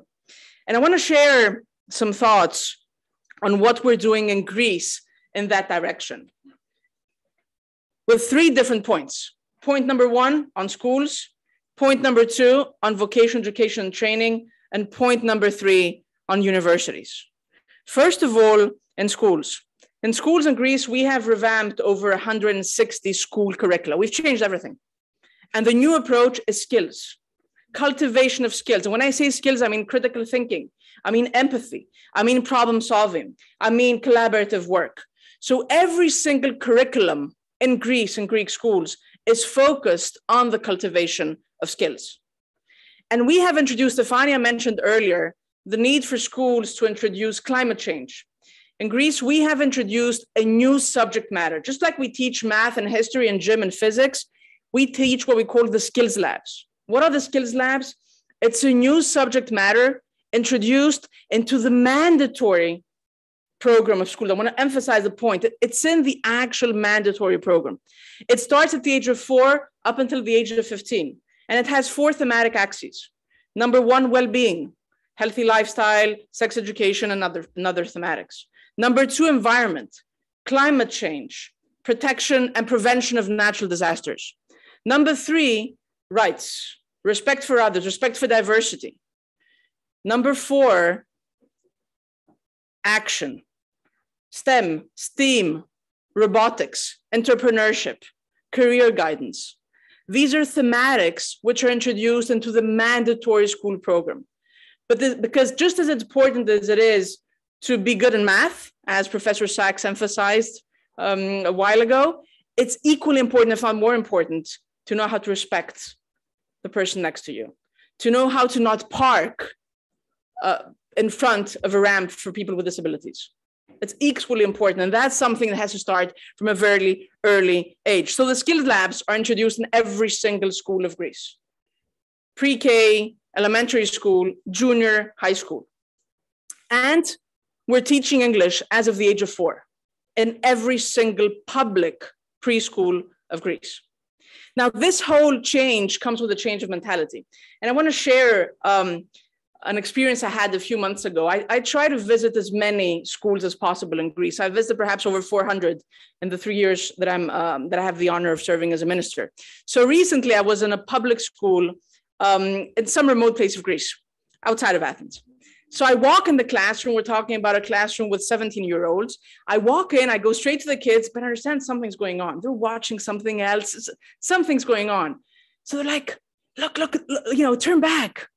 I was like, why? What's going on? So I turn around, and the classroom, this is a public classroom in Greece, is connected with the European Organization for Nuclear Research and the Greek Polytechnic School. This is a public high school in Greece. That's the future that our kids deserve. Interaction beyond borders, education beyond borders, skills. That's really the future that our kids deserve.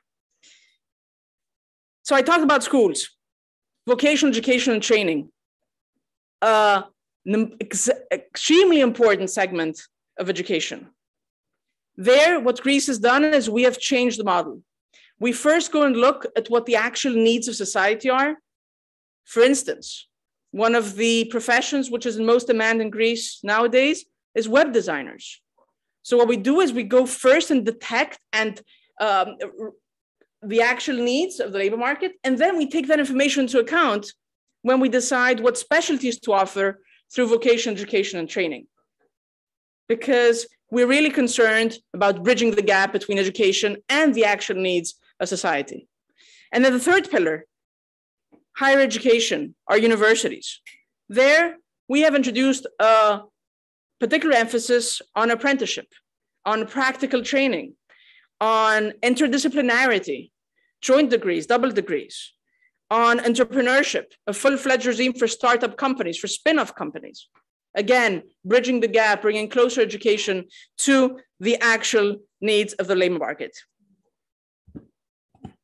Moving up to my 5 minutes, last 3 sentences. When we think about transformative education, our take is that we have to start early, we have to think big, and we have to aim high. And we all in this room have a huge responsibility, huge, to deliver to the world a younger generation that is much, much better than ours. And we will succeed. Thank you.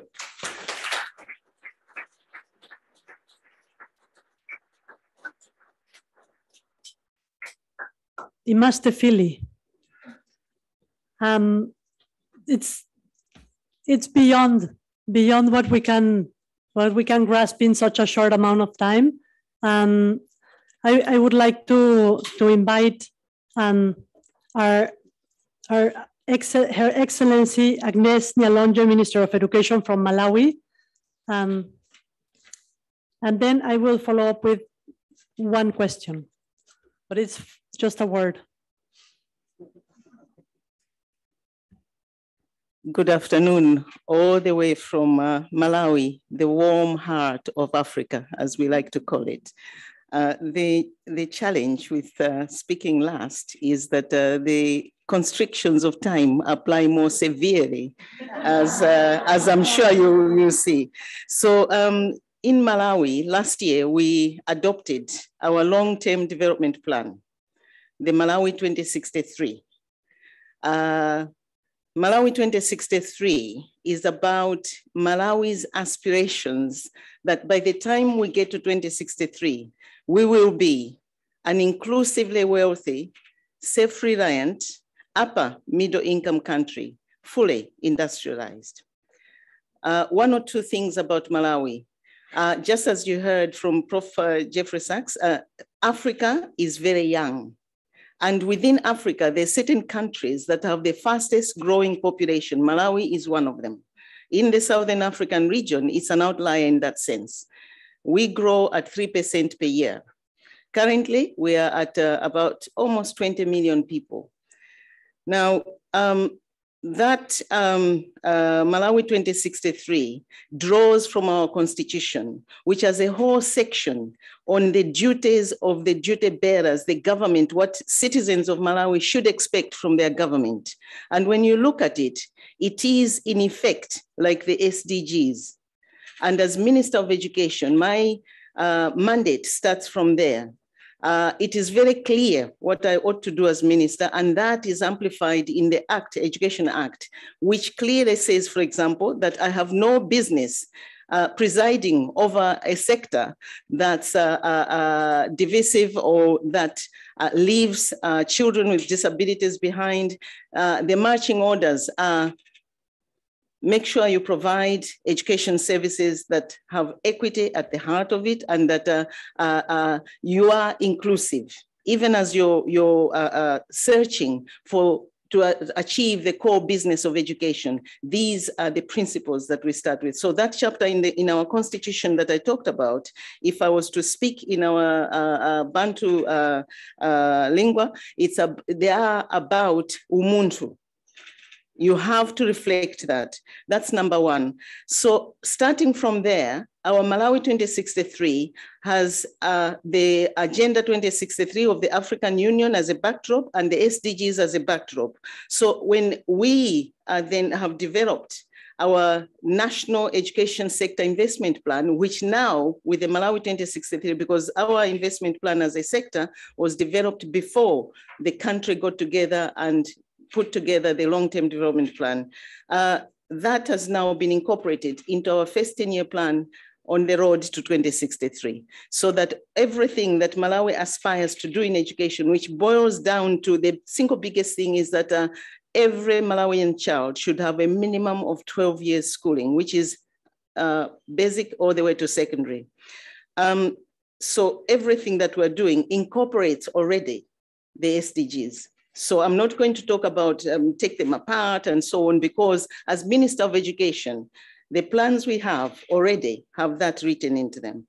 Now, let me give you statistics. I said that by 2063, we want to be an inclusively wealthy upper middle income country that leaves no one behind.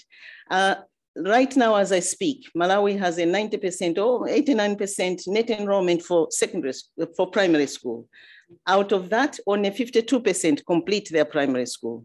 Secondary school, only 15% of all the youth. Did I say that Malawi's population is 3/4 or a little more than 3/4 youth? Out of that, the biggest component is 0 to 15. So as I'm telling you about the stats, remember that one. So 15% only that ought to be in secondary school are in secondary school. And university and technical education is less than 1%. But 2063, look out, here we come, Malawi, yeah. So how is it going to happen? How is it going to happen?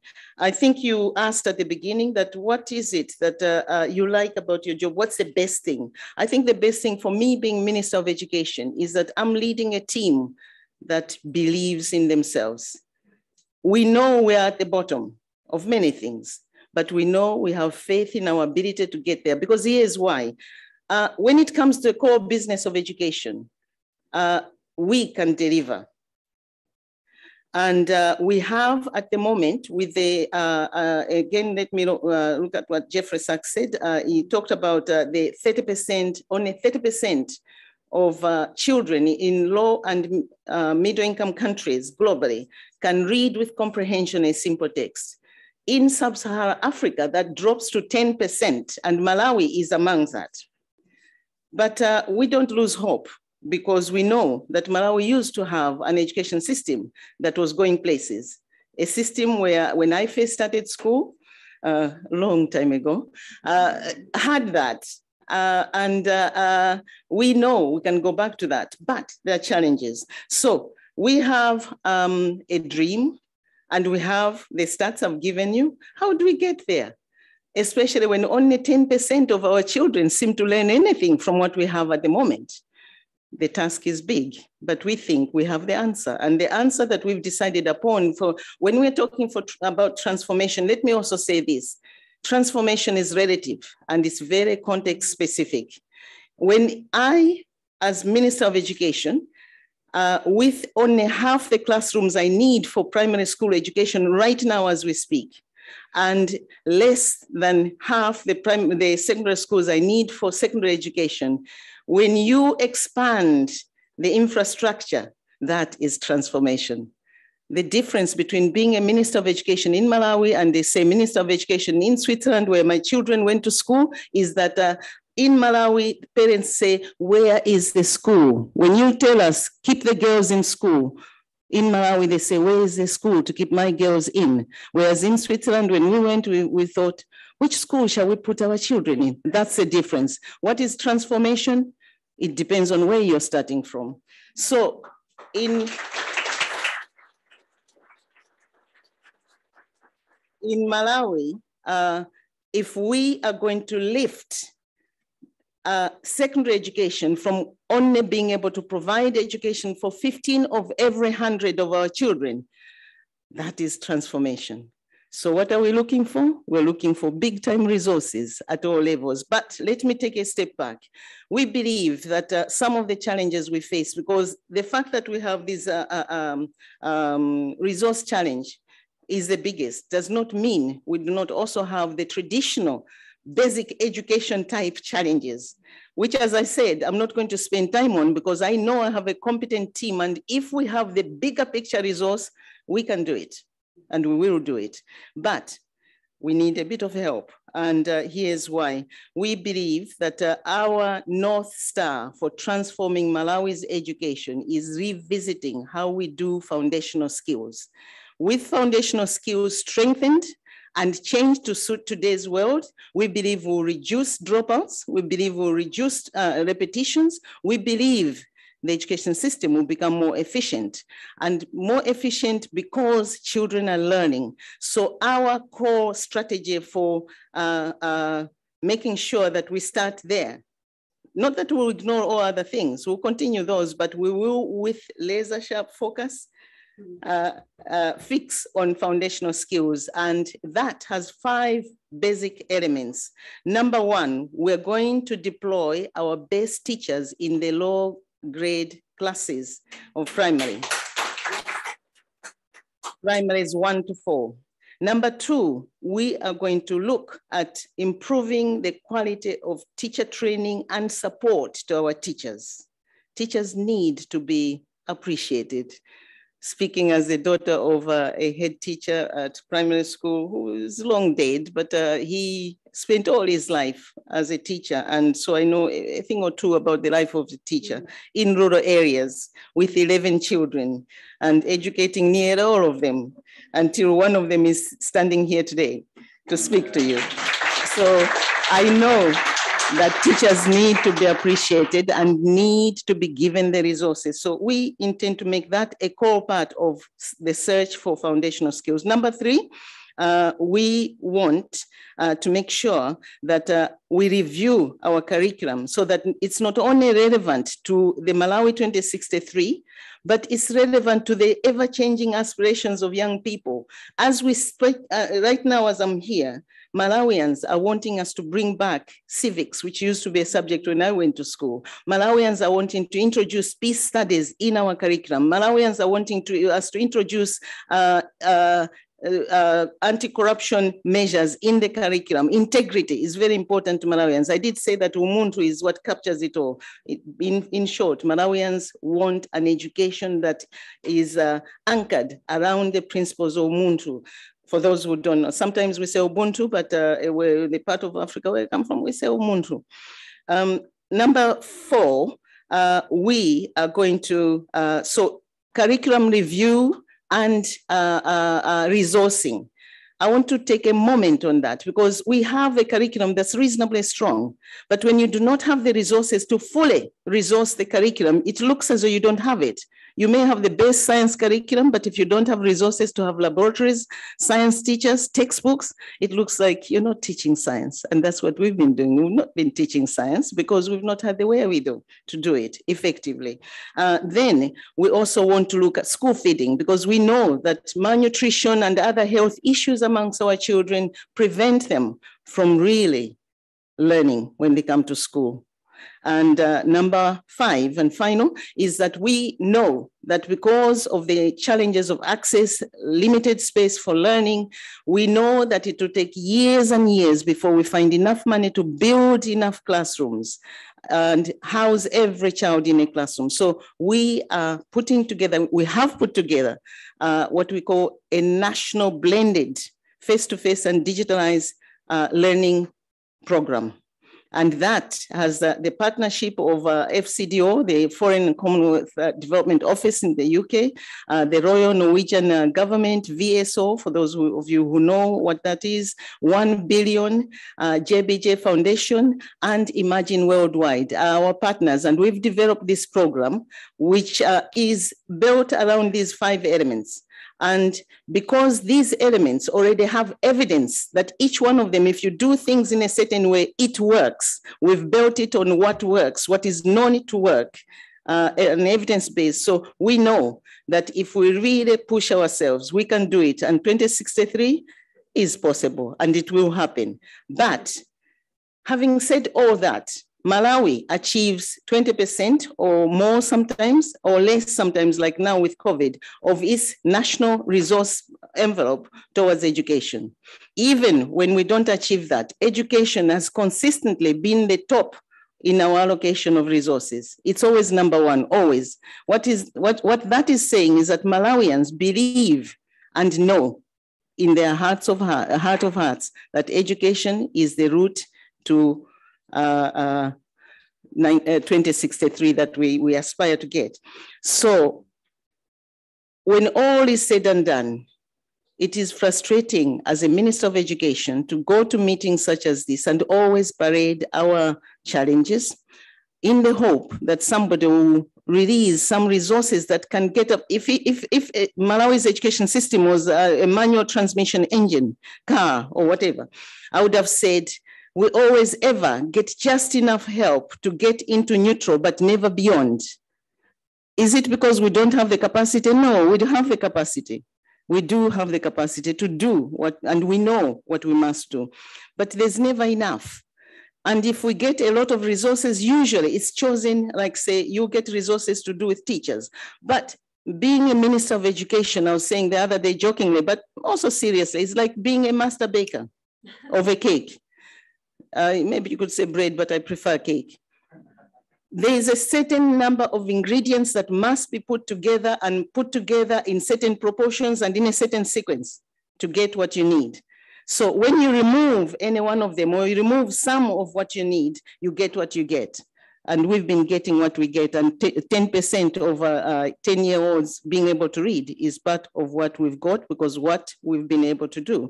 So I'm saying all these, I'll leave it on. All I'm saying is when we talk about transforming education in low-income countries, middle-income countries, it's all about resources. By the way, my colleague, minister from Finland, I spend a lot of time watching and watching again and again the video from the Finnish education minister sometimes I almost cry. The last time I watched was 3 weeks ago as I was preparing to do a skit for on anti-corruption, because it is a beautiful thing to watch. It represents pushing the boundaries of possibility, but while you said it's not, I think you said it's about policy and hard work, definitely, but it's also about resources, because when you've exhausted all the resources you have and your population is growing so fast and you're already way at the bottom in terms of delivering education, what else can you do? Will you do it with pebbles from the beach? No, nobody has ever built a system, an education system that's worth its name without resources. 3 weeks ago, I had 4 members of parliament from from Austria came to see me in my office. When they mentioned their annual budget, the Austrian annual budget for education, I nearly fell off my seat. 60 billion euros. Isn't that wonderful? And I know it is possible to get education because I was fortunate enough to work in international organizations, including the UN. So my children got that education. As Minister of Education, I just want the same for my social children in Malawi. And we need, so here is what I'm saying. Countries such as Malawi, we cannot do it and get to that point where we change gear to the 6th gear without the massive resources. So this summit, if it's going to make any difference, it's got to look at the IMF and what they do. Here's what is at the heart of it. No transformation is possible without teachers. When IMF sets constrictions on wage bills for poor countries like Malawi, and you can't recruit the teachers you need, we only have half the teachers we need in secondary school as we speak, as I stand here. If the wage bill increases, because teachers are the biggest component of any civil service. And so we cannot recruit beyond a certain point because we'll overshoot our limit. And so how do you achieve SDG 4, Madam Janini? SDG 4 without teachers? SDG 4 without teachers. And why not remove that constriction? So transformation for anybody who cares means IMF needs to come to the table. Because why are they not engaging with us? Why are they not engaging with us to look at why some of the system that's in place today is designed to fail us?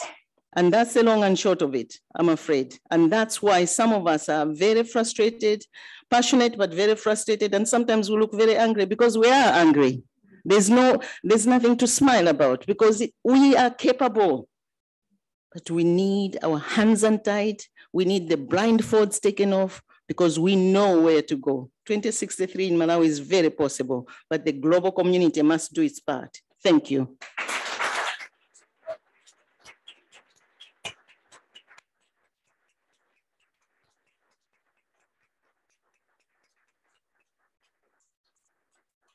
Thank you very much.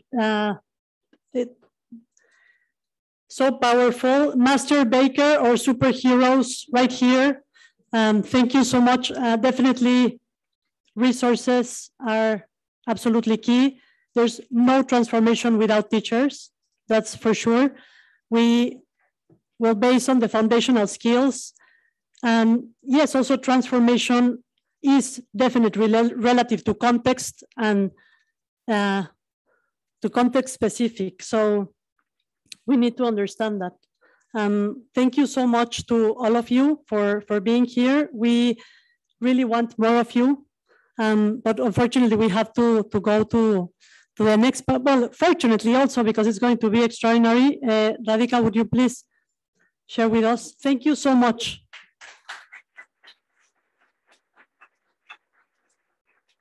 Thank you also to Dina for moderating this excellent panel. Thank you for doing your hard work and making this come together.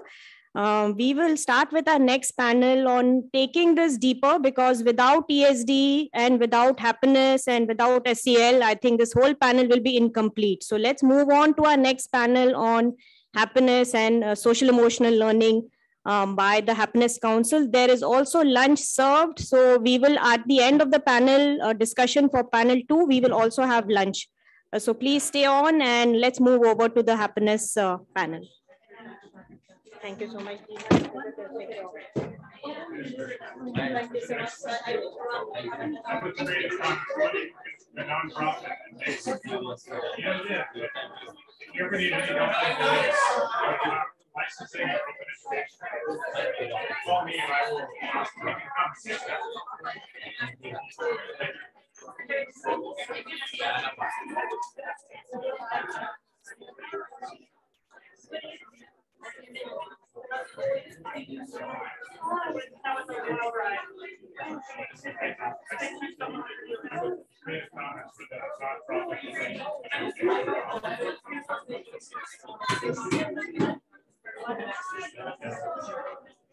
Can we please take our seats and move over to the second panel, please?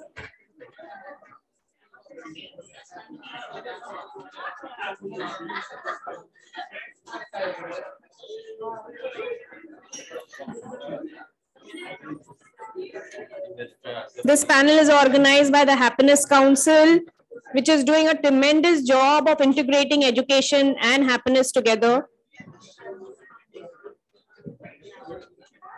Can we please take our seats?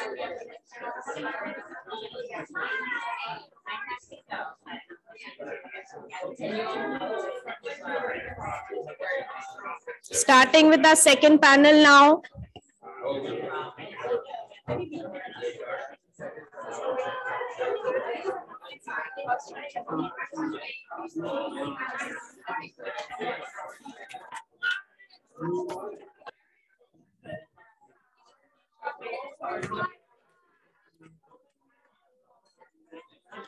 I'll invite my second panel moderator, Alison, to be here and start with the second panel.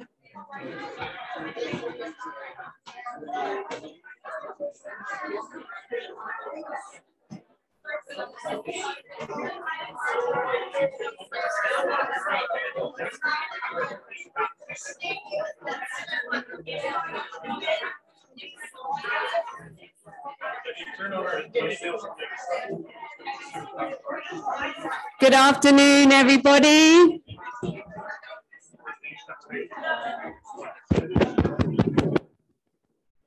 Good afternoon. If everyone could please take their seats. If you're desperately thirsty for a quick glass of water, please grab one. We're excited to get this panel started, super conscious of people's time. Obviously, you're aware the previous panel ran right over, so we're really keen to get going. If everyone could take their seats, please.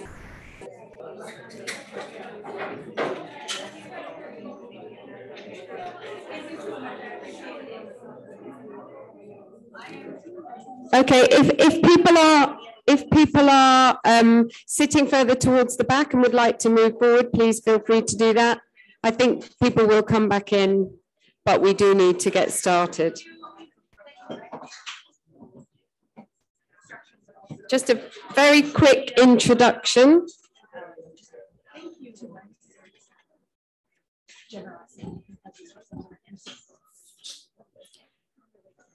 My name is Alison Bellwood. I am the creator of a program called The World's Largest Lesson.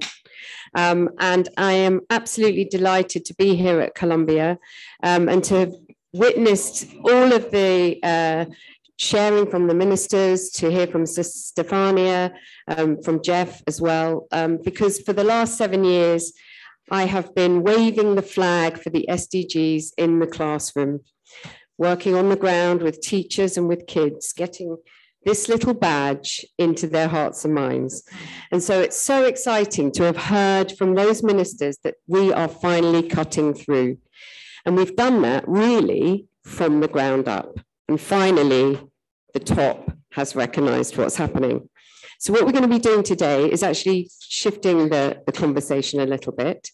We're going to be focusing on what happens on the ground and real experiences of real teachers who are working hard every single day to lead the education system. We're going to be focusing on social and emotional learning because over the last 7 years, all of the work we've been doing with children, understanding the goals and how they feel about them and how they want to respond to them, shows us that we can teach kids to kind of access the knowledge of sustainability and climate change, and they can get that knowledge. But we will never move towards full sustainable development unless kids are really ready to take the actions that are needed. And we can only do that with social and emotional learning. So we've got a really exciting panel. And I'm going to introduce you to them one by one. We have Dr. Lara Atkin, who is the editor of the World Happiness Report. She is a professor and lab director at the Helping and Happiness Lab at Simon Fraser University. So she is your expert on happiness. We have Lisa Wortman, who is the marketing director for Good Humour, who is a new partner to me at Project Everyone's, helping us to bring social and emotional learning and happiness to the classroom. We have Luca Parry, founder and CEO of The Learning Future and founding member of Karanga, which is a global collaboration of organizations teaching social and emotional learning. We have Rachel McDonald, an educator and education consultant from Jamaica. So we are spread across the world here, and there is an empty seat. And I would like to invite Rory Holohan, who is here in the audience. He's joined us and we decided to invite him to the panel. He's an LGBTQI rights activist with UNICEF. He's 17 years old. He told me earlier he has never done a panel in person. He's only ever done them online. But he, of all of us in the room, has more lived experience of education right now than any of us. And so he is very welcome to join the panel, and we would love him to share. Please join the panel.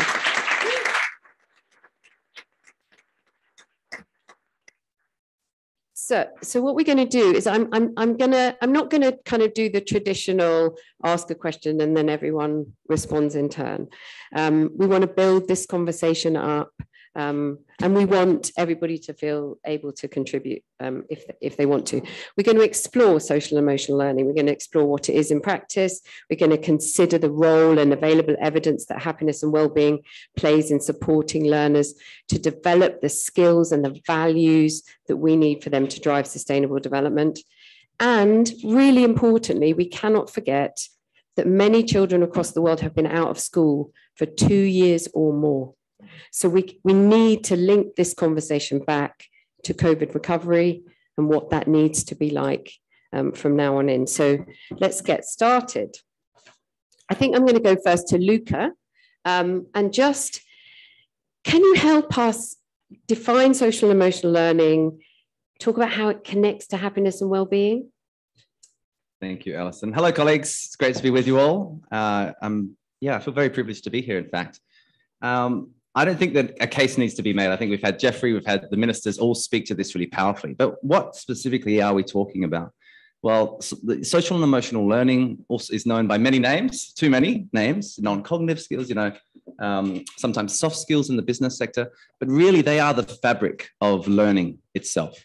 And so this idea how do we understand ourselves, self-awareness? How do we regulate our emotional state? How do we interact? Have social awareness and relationship skills, and then ultimately, how do we become good citizens? Ethical decision making, and so the way that we feel, how connected we are, and ultimately, of course, the cognition is all part of this piece. And the one thing I would say, even though we're talking about social and emotional learning, there are all these false dichotomies that exist. So, of course, how we feel influences how we think.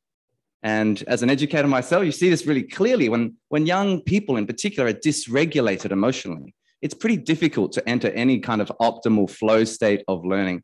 And so I think we've heard about access gaps so far from our political leaders. And of course, so you have this access challenge, but also you have this engagement challenge. Even in countries like Australia, we have an engagement problem, a significant engagement problem. And so this idea of allowing people to attend to who they are, how they feel, and how they interact with each other, particularly in this, as you said, Alison, post-pandemic, where we've been told to socially distance when, of course, it always should have been physical distancing with deep social connectedness. And so I'll finish with the questions change when we start to talk about social emotional learning and elevating it into our learning systems. We start to say things not about what do you think or what question or show me your learning. We say things like, how are you feeling right now? Or how socially connected are you? How are you going with your friendships at this point? And so those questions become more and more integral into the learning process. And we also see long-term impact, and we also see an increase in academic results as well. And when you put it like that, you can see what Jeff meant when he said, perhaps some of our political leaders might need to have a bit of this learning, because it is so holistic, so complete. I'm actually going to go to Rory now and just ask Rory to respond to how Luca has defined social and emotional learning, and kind of ask you, do you feel you're receiving that kind of education, and how would you like to respond to the way he has set that up? So I personally feel that in schools, it is so important post-pandemic to receive. There's a big argument at the moment. Do we catch up on these skills that were missed out on as a result of school closures over the last 2 to 3 years? Or do we allow children to be children? Because you have one chance in your lifetime to be a child, and you can always return to school or to a nighttime class to catch up on that biology lesson that you never learned. But you can never go to an evening class to learn about or experience the richness and the pure individuality and just exciting experiences that comes with being a child. And I think that we have to remember that we are children first. We are children who cannot take on so much pressure, who need to be free to explore life and learn about themselves and the people around them and the world around them. And ensuring that we are emotionally well will better ensure further learning down the road. Thank you. I think that it's just so important to hear from you. We can all assume so much. I'm a parent, I assume a lot about what my children are thinking and feeling, but we have to ask, and we have to listen really carefully to young people in order to be able to make this work. So thank you, Rory. Lara, can you help us? Can you help kind of connect us back to the previous panel in terms of like, how does this really root itself in mission 4.7 back to ESD? We're kind of going to see cycles, I think, with this. Certainly, yeah. SEL development is really trying to build up a competent, complete person. I think it's pushing us to think beyond the curriculum. And I think there were some really amazing words said about how our education system should not just teach the skills and competencies we want in a curriculum, but the curriculum should be bigger, that it should model the how we want people to interact with one another and how we want them to view themselves and what we can envision for a better society. And I can go into the research if you like about how kind of building these capacities really opens up our mind. When we're terrified, when we're angry, we see a very narrow world. But when people feel calm and comfortable and connected and happy, then we can kind of understand more information, but build better relationships with the world around us. And there is abundant information from the World Happiness Report and elsewhere showing that when people are happier, they build better relationships, they earn more money. Not that that is the ultimate goal, but that comes out in the literature as well, that they're more concerned and involved in the environment, that they're more engaged citizens in their local and larger context. And so I think it really ties back these ideas together. The SEL is kind of the foundational skills we want students to have, people to have when they're engaging in 4.7 and their communities at large.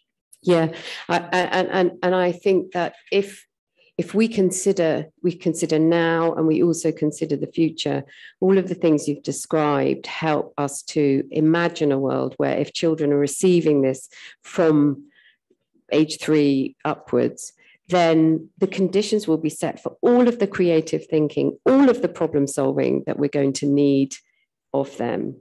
They can't be creative if they're not comfortable. They can't think beyond where we are now if they're not comfortable and happy. So thank you for that.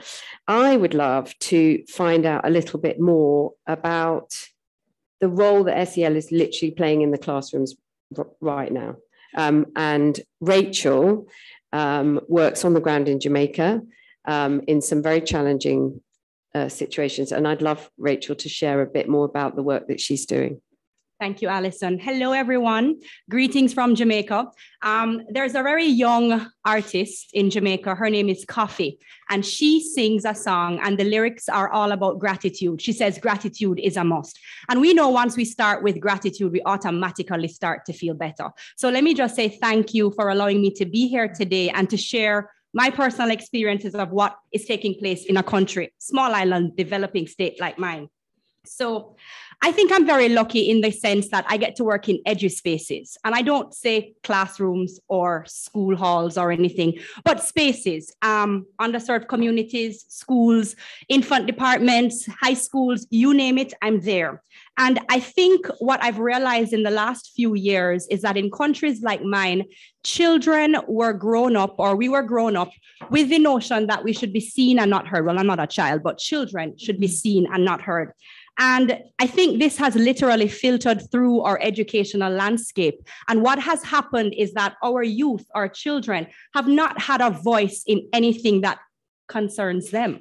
And that has been absolutely detrimental. So pre the pandemic, what we started to do was have fun. So I built a company around fun. It was called Fundaciones.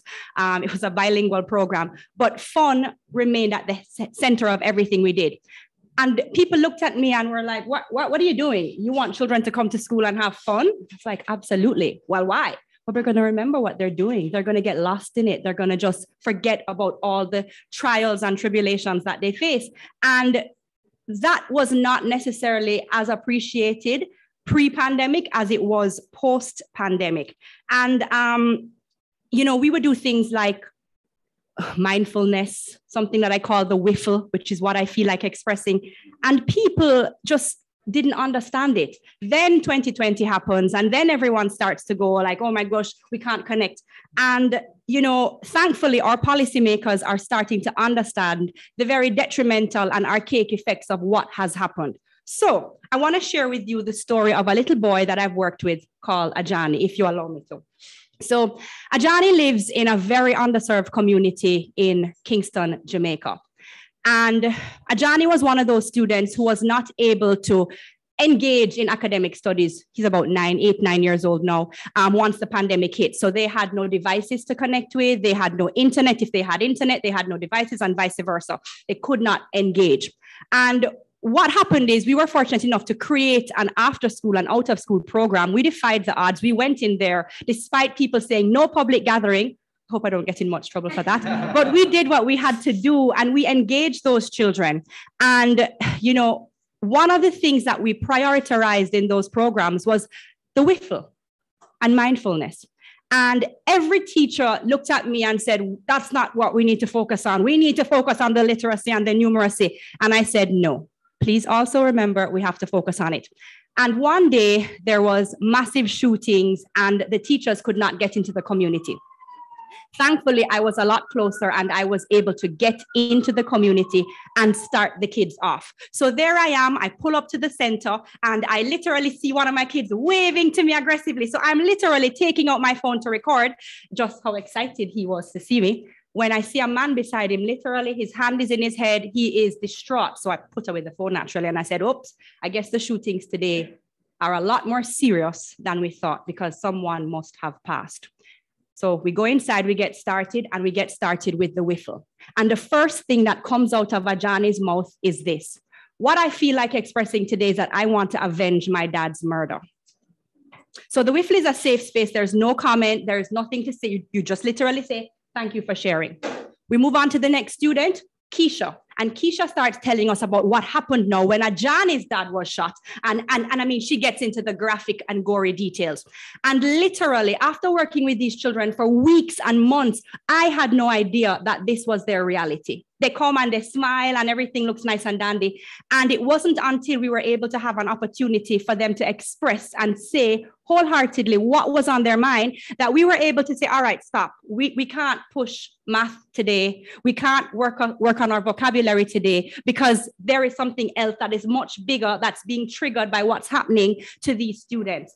And thankfully, you know, we're able to call in psychologists, but if we don't address those issues, that vicious cycle of criminality, of violence continues, and those same children are preyed upon, and we can't advance, right? So, I mean, thankfully for strategies like WIFL, for strategies like mindfulness, for strategies like we were talking earlier, Luca, you know, emotional check-ins, we are able to offer that support to children, and we're also able to realize a lot of things that we didn't as teachers. So that gives you a little bit of perspective, I hope not too much, about what is taking place on the ground and how SEL is really transforming that. Thank you. And of course, you know, that's a terrible situation for children to be growing up in. It is terrible. But it's the reality. But it's the reality. Exactly. And the reality for children in other parts of the world is their own unique story too. And creating those conditions that are straight, kind of clean, and enabling them to just share with no judgment, no questioning, it can expose an enormous amount of what's going on inside. Luca, do you have any more kind of strategies that you're seeing used in the classroom that you'd like to share? Yeah, thank you so much, Rachel, and it's inspiring work. There's lots, I mean, one of the things I fundamentally believe is that the principles are few, but the methods are many. And I think we've just heard from Rachel that context is queen. You know, there are things that are universal, like agency, the ability to feel in control of your own emotions, your own life, your own learning. That I think that's a universal principle, but the methods, of course, will be different. And so what I see a lot in our work at Karanga and elsewhere is that we can talk as much as we like about these ideas, but it's until we embody, until we experience them. And I think that, again, Jeffrey made the very clear point that actually it starts with adults.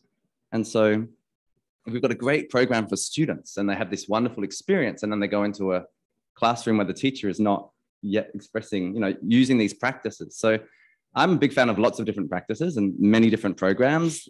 Some of the kernels I think are really possible, because a teacher is nothing, you know, is many things, but certainly they are a practitioner. It's about the doing, because the young people will be waiting for you on Monday morning, regardless if you're prepared or not. Correct. And so certainly emotional check-ins, really powerful, using great principles like WIFL, creating a safe space.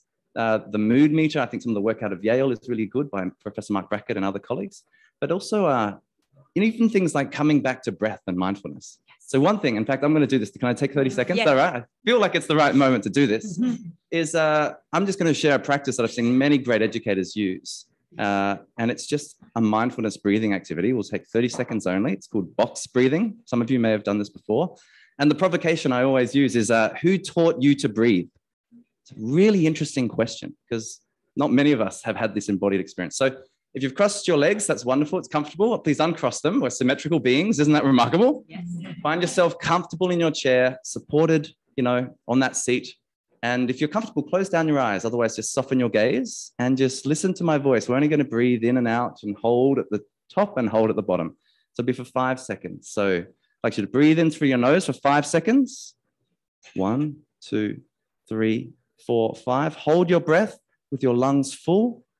3, 4, 5, and exhale. 2, 3, 4, 5, and hold, exhaled.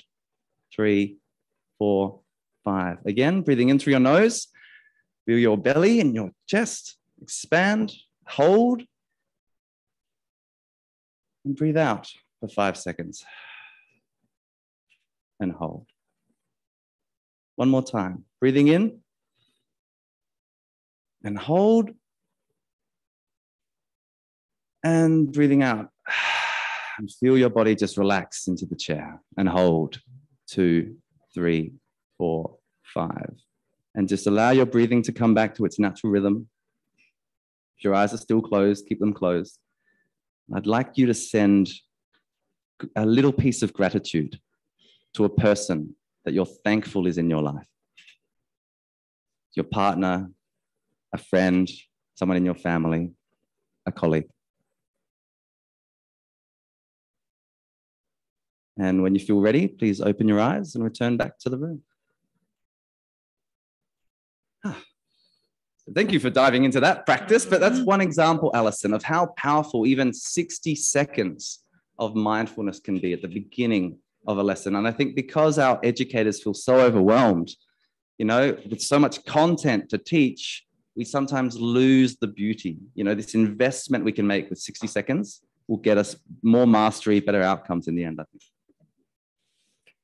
And of course, it's this kind of experience in the classroom that is really difficult to describe. It's really difficult to persuade parents and leaders that it's what we need, because you can't really measure it so well.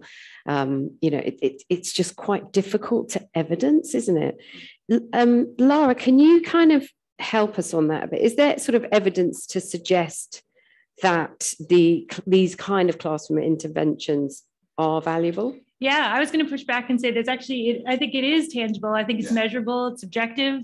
There's also subjective assessments where we can ask students how they're feeling, measures of happiness, but also measures of related constructs like stress and optimism, thriving, meaningfulness. All of these things can be self-reported, but we can also objectively get at them from the outside. And I think there is a lot of evidence to suggest programs of this sort and interventions of this sort through randomized controlled trials.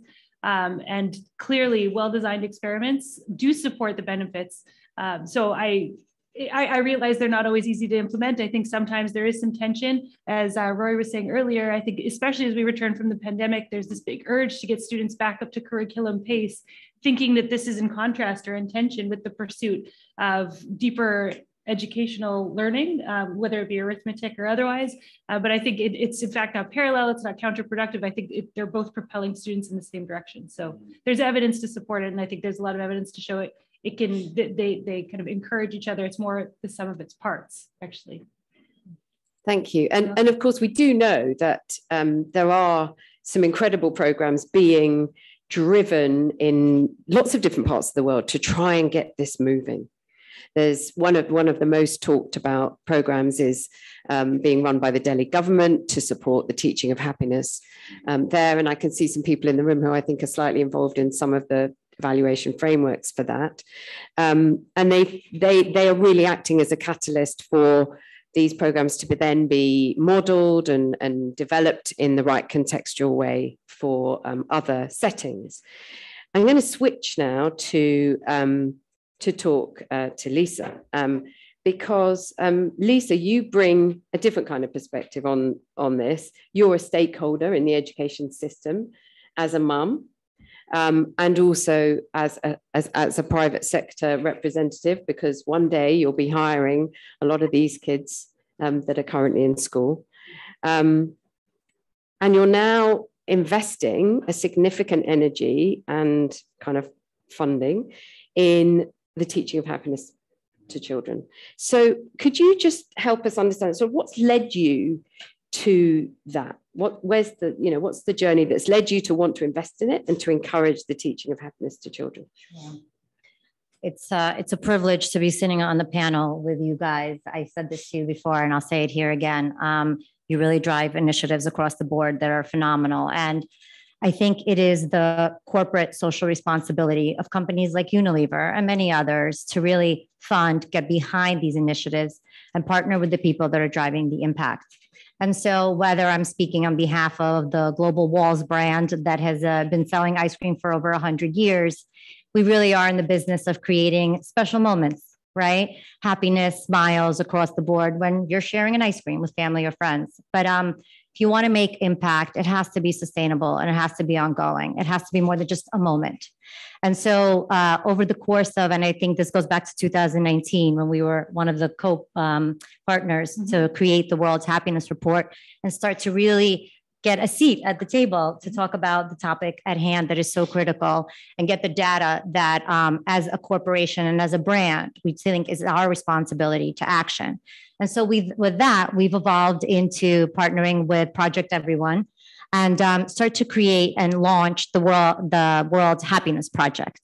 And so the World's Happiness Project is about developing a toolkit for educators to be able to bring the social emotional learning into the classroom. And actually, one of the box breathing tools, good for adults and children, is part of the deck of cards that is all about, being more aware and more in touch with your emotions and what that's like. And so the Happiness Project is really all about giving the educators, the kids, the types of tools that they need to incorporate into their academic curriculums. And what do you hope to achieve through it? Our biggest objective is to continue to underline how significantly important social emotional learning is in the classrooms. There's a ton of surveys and a ton of data that goes on and on about, adults believing, more than 90% of adults believing how important emotional learning is. An unhappy child just can't learn math. You guys know that better than I.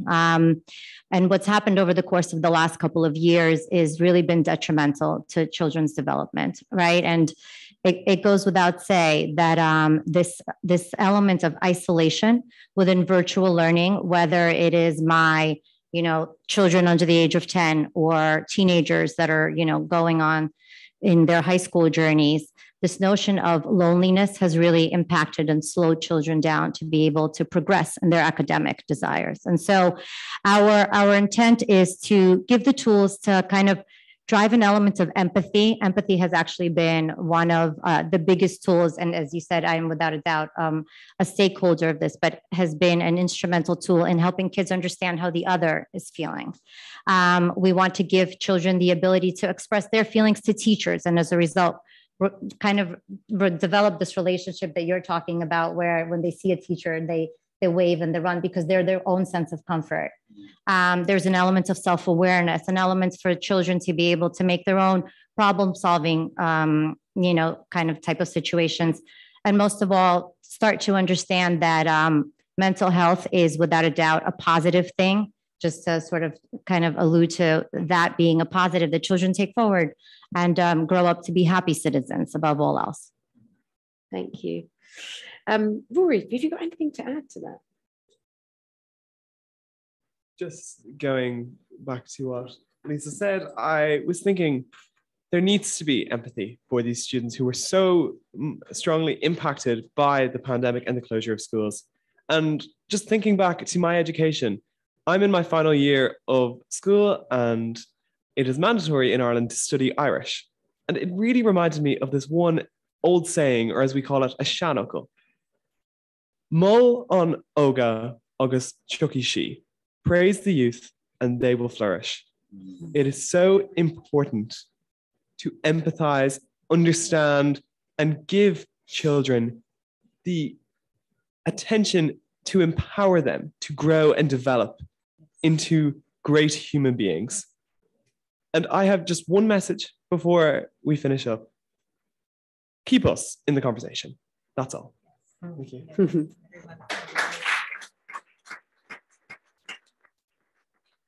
Thank you, Rory. So, of course, we are in really quite unusual times at the moment, and the impact of school closures on learners of all ages is only really just coming out. We're seeing it in data. We've obviously seen the shocking statistic that you'll see at the UNICEF installation on UN Plaza. Only one in three children can read and understand a simple story at the age of 10.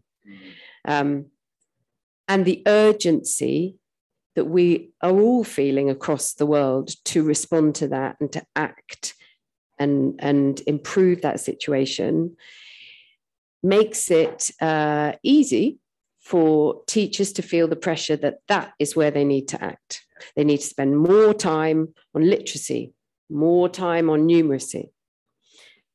How do we help? How should educators balance this pressure that they are under? You know, I'm a governor of primary school in London, and the teachers there say that to me all the time. they want to invest time in other things, but the numbers that they are having to respond to are putting a huge amount of pressure onto them. So how can educators balance this pressure to kind of helping learners recover alongside the need to build social and emotional skills? Who wants to go first? Rachel. Rachel. I will, no problem. You know, as Rory just said, praise the youth and they will flourish. I mean, that is so profound. And it takes me back to what the UN Secretary General mentioned as he called us to action on Friday. He said, we need to remember to create a society of solidarity versus a society of competition. And to me, what that literally means is meeting the students where they are, literally, emotionally, physically, geographically, and academically.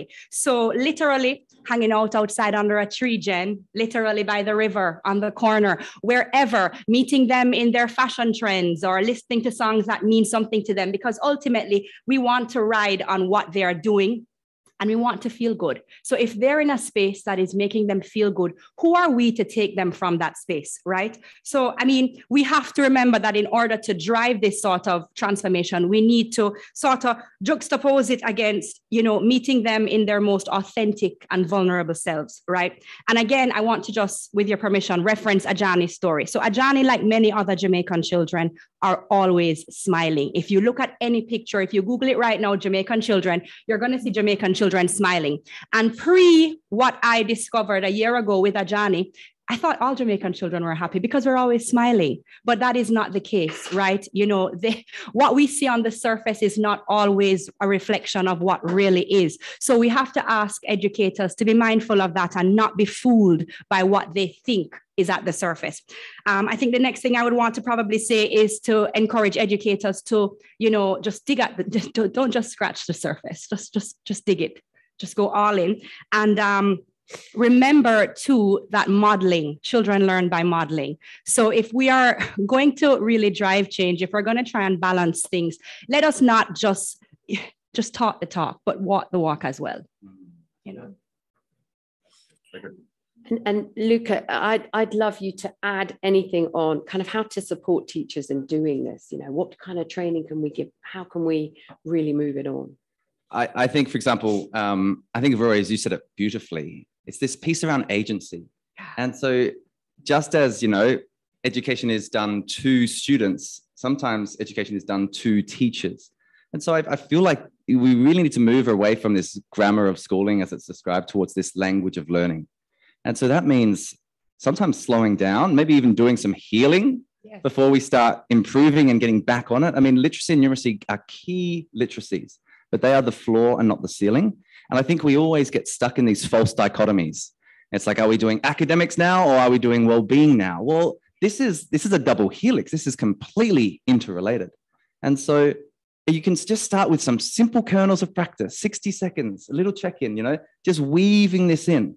This is the fabric of learning. Learning is a social act, you know, and we are all so deeply connected as the pandemic has taught us, you know, and so understanding the relationships between ideas, building the relationships between each other, I think that's incredibly important. And I would say, as an Australian that does lots of global work, even in my home country, teachers are at breaking point. It's fair to say. I think frazzled was the term that somebody used, one of the ministers used. Everybody's frazzled. And so before we just switch back on to this kind of pace, we should pause for long enough to realize, rather than let's go back to what school was, let's have the conversation about what school can be. And then Leslie, who made the point so passionately, then we need to repurpose it. We need to remake it. We need to embody that. And so that's when the ideas become action, become reality. And so I guess, you know, to every educator, particularly if you're in this room, it's, you know, keep going. What you do matters every single day.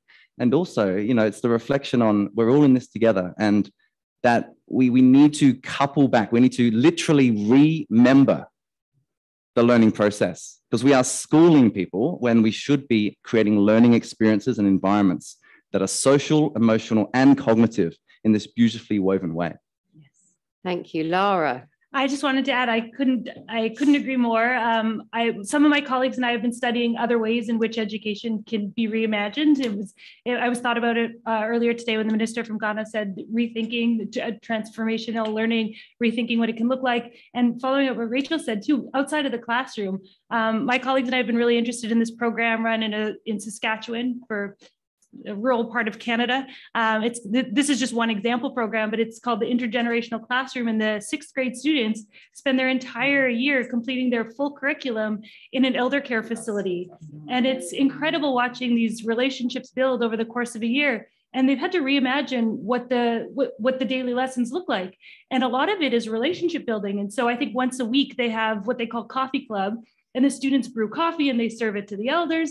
And not only is that relationship building, which spurs off a whole bunch of amazing conversations, but the students are learning about the country where the coffee came from. They're learning about the production of these things. So I think they're really, this is a huge shift and a huge challenge for teachers, and also a big burden. And so I don't think we can reimagine and pivot on a dime. Excuse me, but I think moving outside of the classroom, thinking about the ways in which education is all around us, it's not really or merely in worksheets, is kind of a bold call for what education could look like.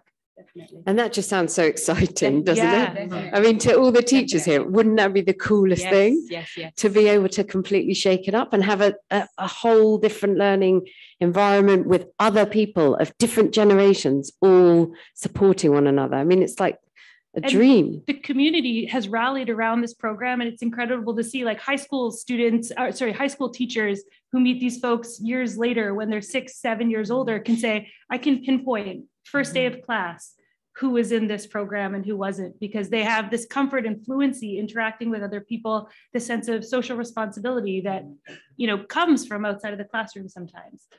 So it's really incredible to watch. Yeah. And Lisa, I'm not going to pick on you from a professional point of view now, but I am going to pick on you as a mom. How do you, as a mom, when you're aware that there are catch-up requirements, literacy, I think your children are exactly that kind of age where literacy and numeracy loss is kind of being measured. How would you respond to your school leadership if in this context of kind of social emotional learning versus this investment in catch-up? Yeah. So just for perspective, I have 3 at the ages of 5, 7, and 9 who attend a public school in Brooklyn. And so all the principles that you guys are talking about here is exactly what I've been seeing this public school take on. So Luca, your point about interaction, like they're all intermingled together. If the concept of a morning meeting where children are going through their agenda, there is always a question of how are you and how are you feeling? What that's on a Monday and how was your weekend? On a Friday, it is a matter of let's reflect on the week. So even as children are planning their academic curriculum for the day, it is incorporated into the conversation of let's reflect, which part was great, which part was wonderful, what was good about the weekend, things of that sorts. The kindergarten teacher when we first went into virtual learning, the kindergarten teacher would start every single day off with a song from like the 1990s. I mean, I would just sit there in tears next to the 5-year-olds who is going to brace and like believe that it's going to be okay because I've got this song playing for me. And then we'll go on and learn about math theory and how to add and subtract. But the state of mind, which this 5-year-old was now doing it with, was completely different in a virtual environment and a computer and a screen, that he still had to digest what that means. And I've seen it across the board from all of his friends. And the whole notion of these new innovations with teaching, whether you're innovating products or you're innovating teaching concepts, there has to be an element of support and encouragement. And I think that's so important when a teacher is encouraged to innovate new ways of teaching, then you unleash the teachers. And I've seen that happen, they redefine all of it, and it's incredible. So this is without a doubt a pivotal moment for the industry, again, just as a parent of what I witnessed because of this post-pandemic world that the kids are coming out of. Thank you. And we are running out of time, so I'm just going to go quickly along the panel. We had some incredible ministers here earlier. We've met some people today who have been part of the kind of top level discussions about transforming education.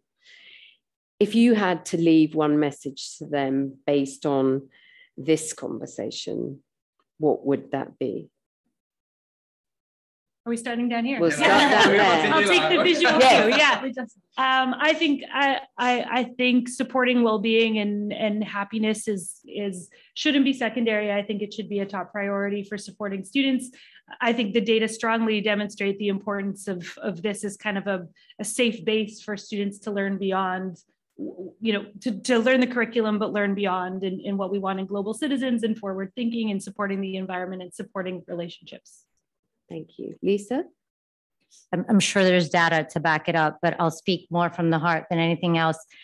Happier people are smarter people, and that can probably be quantified and qualified in many different ways. And so it matters. I can send you the papers. Yeah.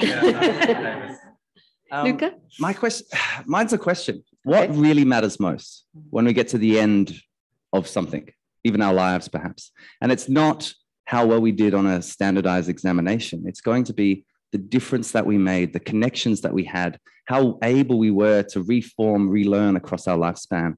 And so social emotional learning really is such a powerful vehicle, and it is an enormous investment that any system, any school, any community, any educator, any parent can make, I think, in the growth of a young person to meet their potential. Thank you. And Rachel? And just to follow up on that, I'm just thinking, has anyone seen the Amal puppet, little Amal walking through New York? I had a hug from her. Oh, you are lucky, you got that hug. Well, I think as I reflect on this question, my mind automatically ran to little Amal. And what little Amal has represented, I think, is very synonymous with what stakeholders are feeling. So our children, our teachers, our parents, we're feeling unsure, we're feeling apprehensive, we're feeling worried. It's a plethora of emotions that we are literally facing. And when I look at Amal's mannerisms, she does a couple of things. She stops, she looks, and she listens.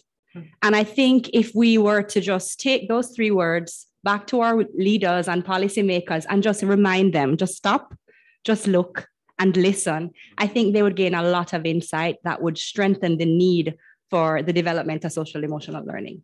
So amazing. And Rory, the last word has to go to you. I just want all stakeholders to remember that at all points, when discussing numerical and literacy and literacy are very crucially important skills that people must learn, that children must learn from a young age.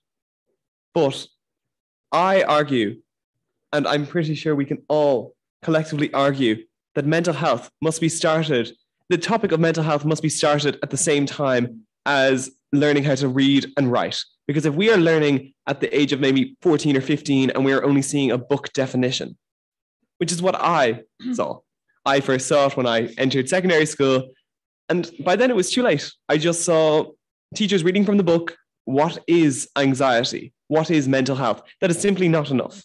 We need to be familiarized, and we must understand from a young age what mental health, well-being, and happiness is. Thank you. Yeah.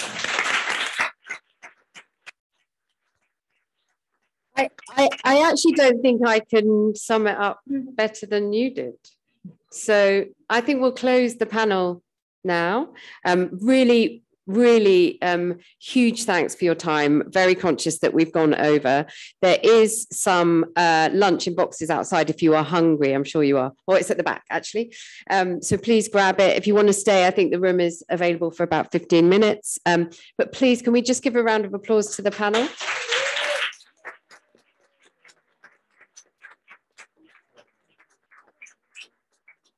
Oh, and do you want me to mention the little things?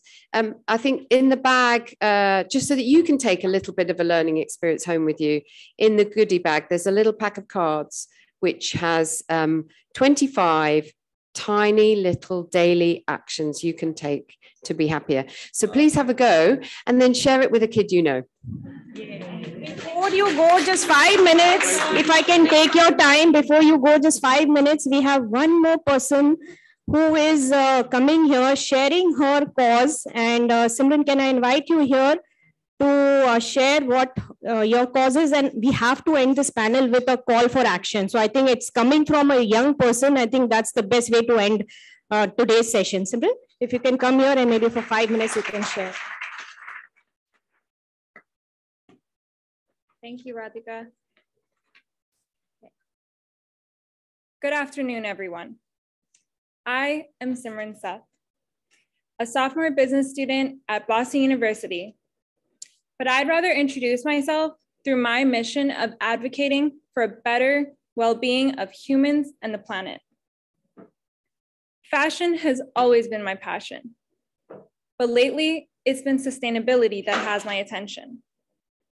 Ever since I was a young girl, I would turn to clothes to boost my self-esteem and feel more confident with the outfit I was wearing.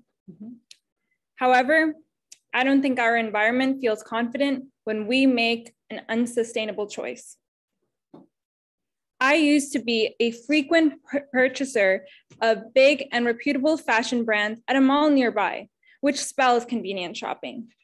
You see it, you like it, you buy it. A guilt-free indulgence.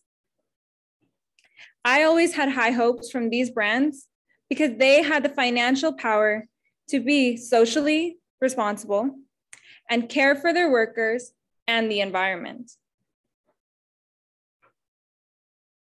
But sadly, this isn't the case. When I did an exploratory research essay in my university on what the fashion industry teaches us, I was shocked to read the facts about fast and cheap fashion that came at the expense of the environment and people's livelihoods. These facts completely changed my perspective on fashion, and today, I hope they do for you as well. As I did more research, I realized I needed to make more conscious decisions and look at fashion companies closely before I make a purchase from them. At this point, I would like to thank Columbia University for giving me an opportunity to speak my thoughts in 5 minutes. But do you know what also happened in the last 5 minutes? 600,000 pieces of clothing have been thrown out. And why is that?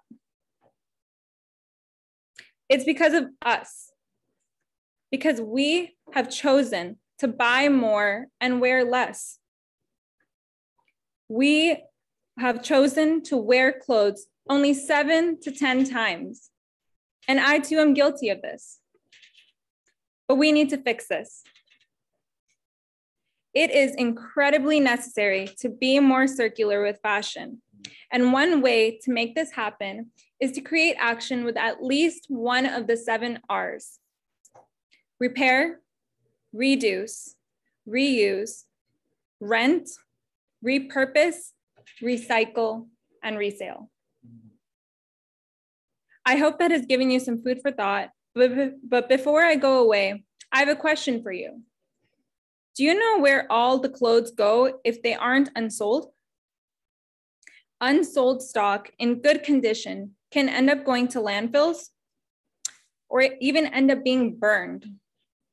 And this has happened many times by major stores where you've spent a lot of time and money in, but unfortunately, they have prioritized exclusivity and profits over people and the planet. I'm often asked about what one can do individually to tackle this crisis. Well, a step we can take moving forward is evaluating and rethinking our relationship with fashion and shopping, and label it less as an activity or as a hobby. For example, spending your Saturday afternoon simply going to the mall and stocking up on your wardrobe without purpose is not cool. It's important to recognize your purchasing decisions and whether they're purposeful or impulsive. This is what can make companies reform when we use our purchasing power and decisions to support longevity over quick fixes in fashion. We have the power to change the devastating direction the fashion industry is leading us towards. Today, you can transform your mindset on fashion. In the end, all I'd like to say is, for your style to be maintained, this earth must be sustained. Thank you.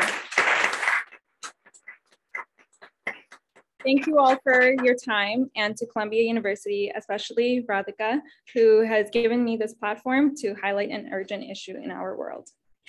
Thank you. So let's be mindful of our consumption and waste that we generate. And that's a good call for action to end the day.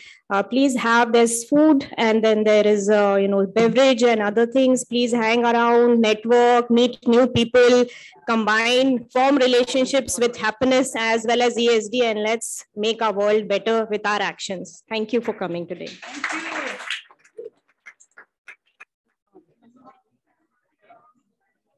All righty.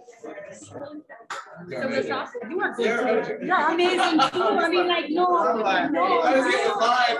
No, I was getting a vibe from you and from you earlier. I was just like, ah.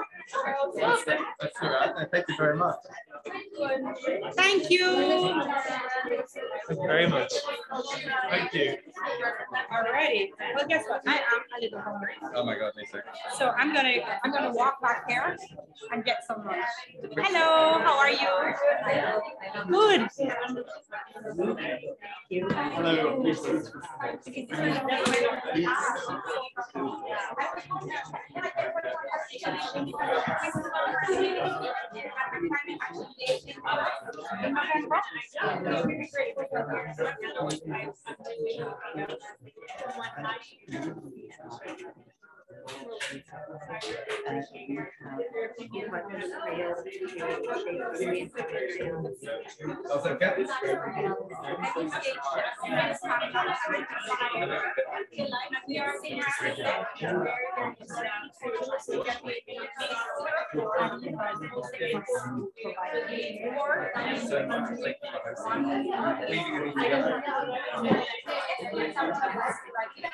Simran, you are very good. Simran, I do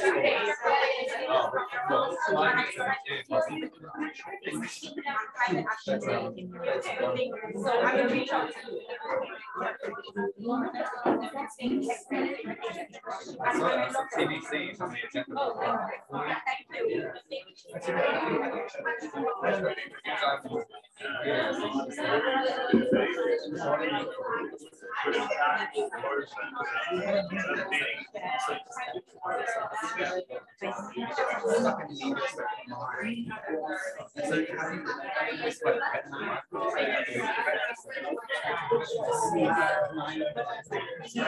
Yes.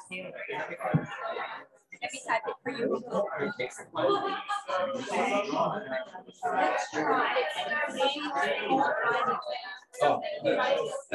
Are you on WhatsApp?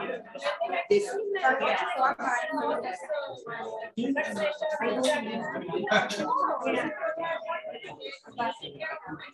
Let's try. This is perfect. There you go. Thank you, Simran. All right. I do too. All right. Thank you.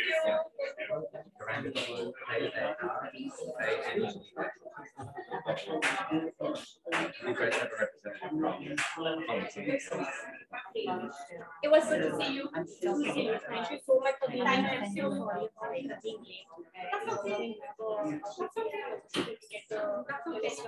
Don't worry. Coordinate them. That's fine. Not to worry. And your real life examples were terrific. Like really well connected. Thank you. All right.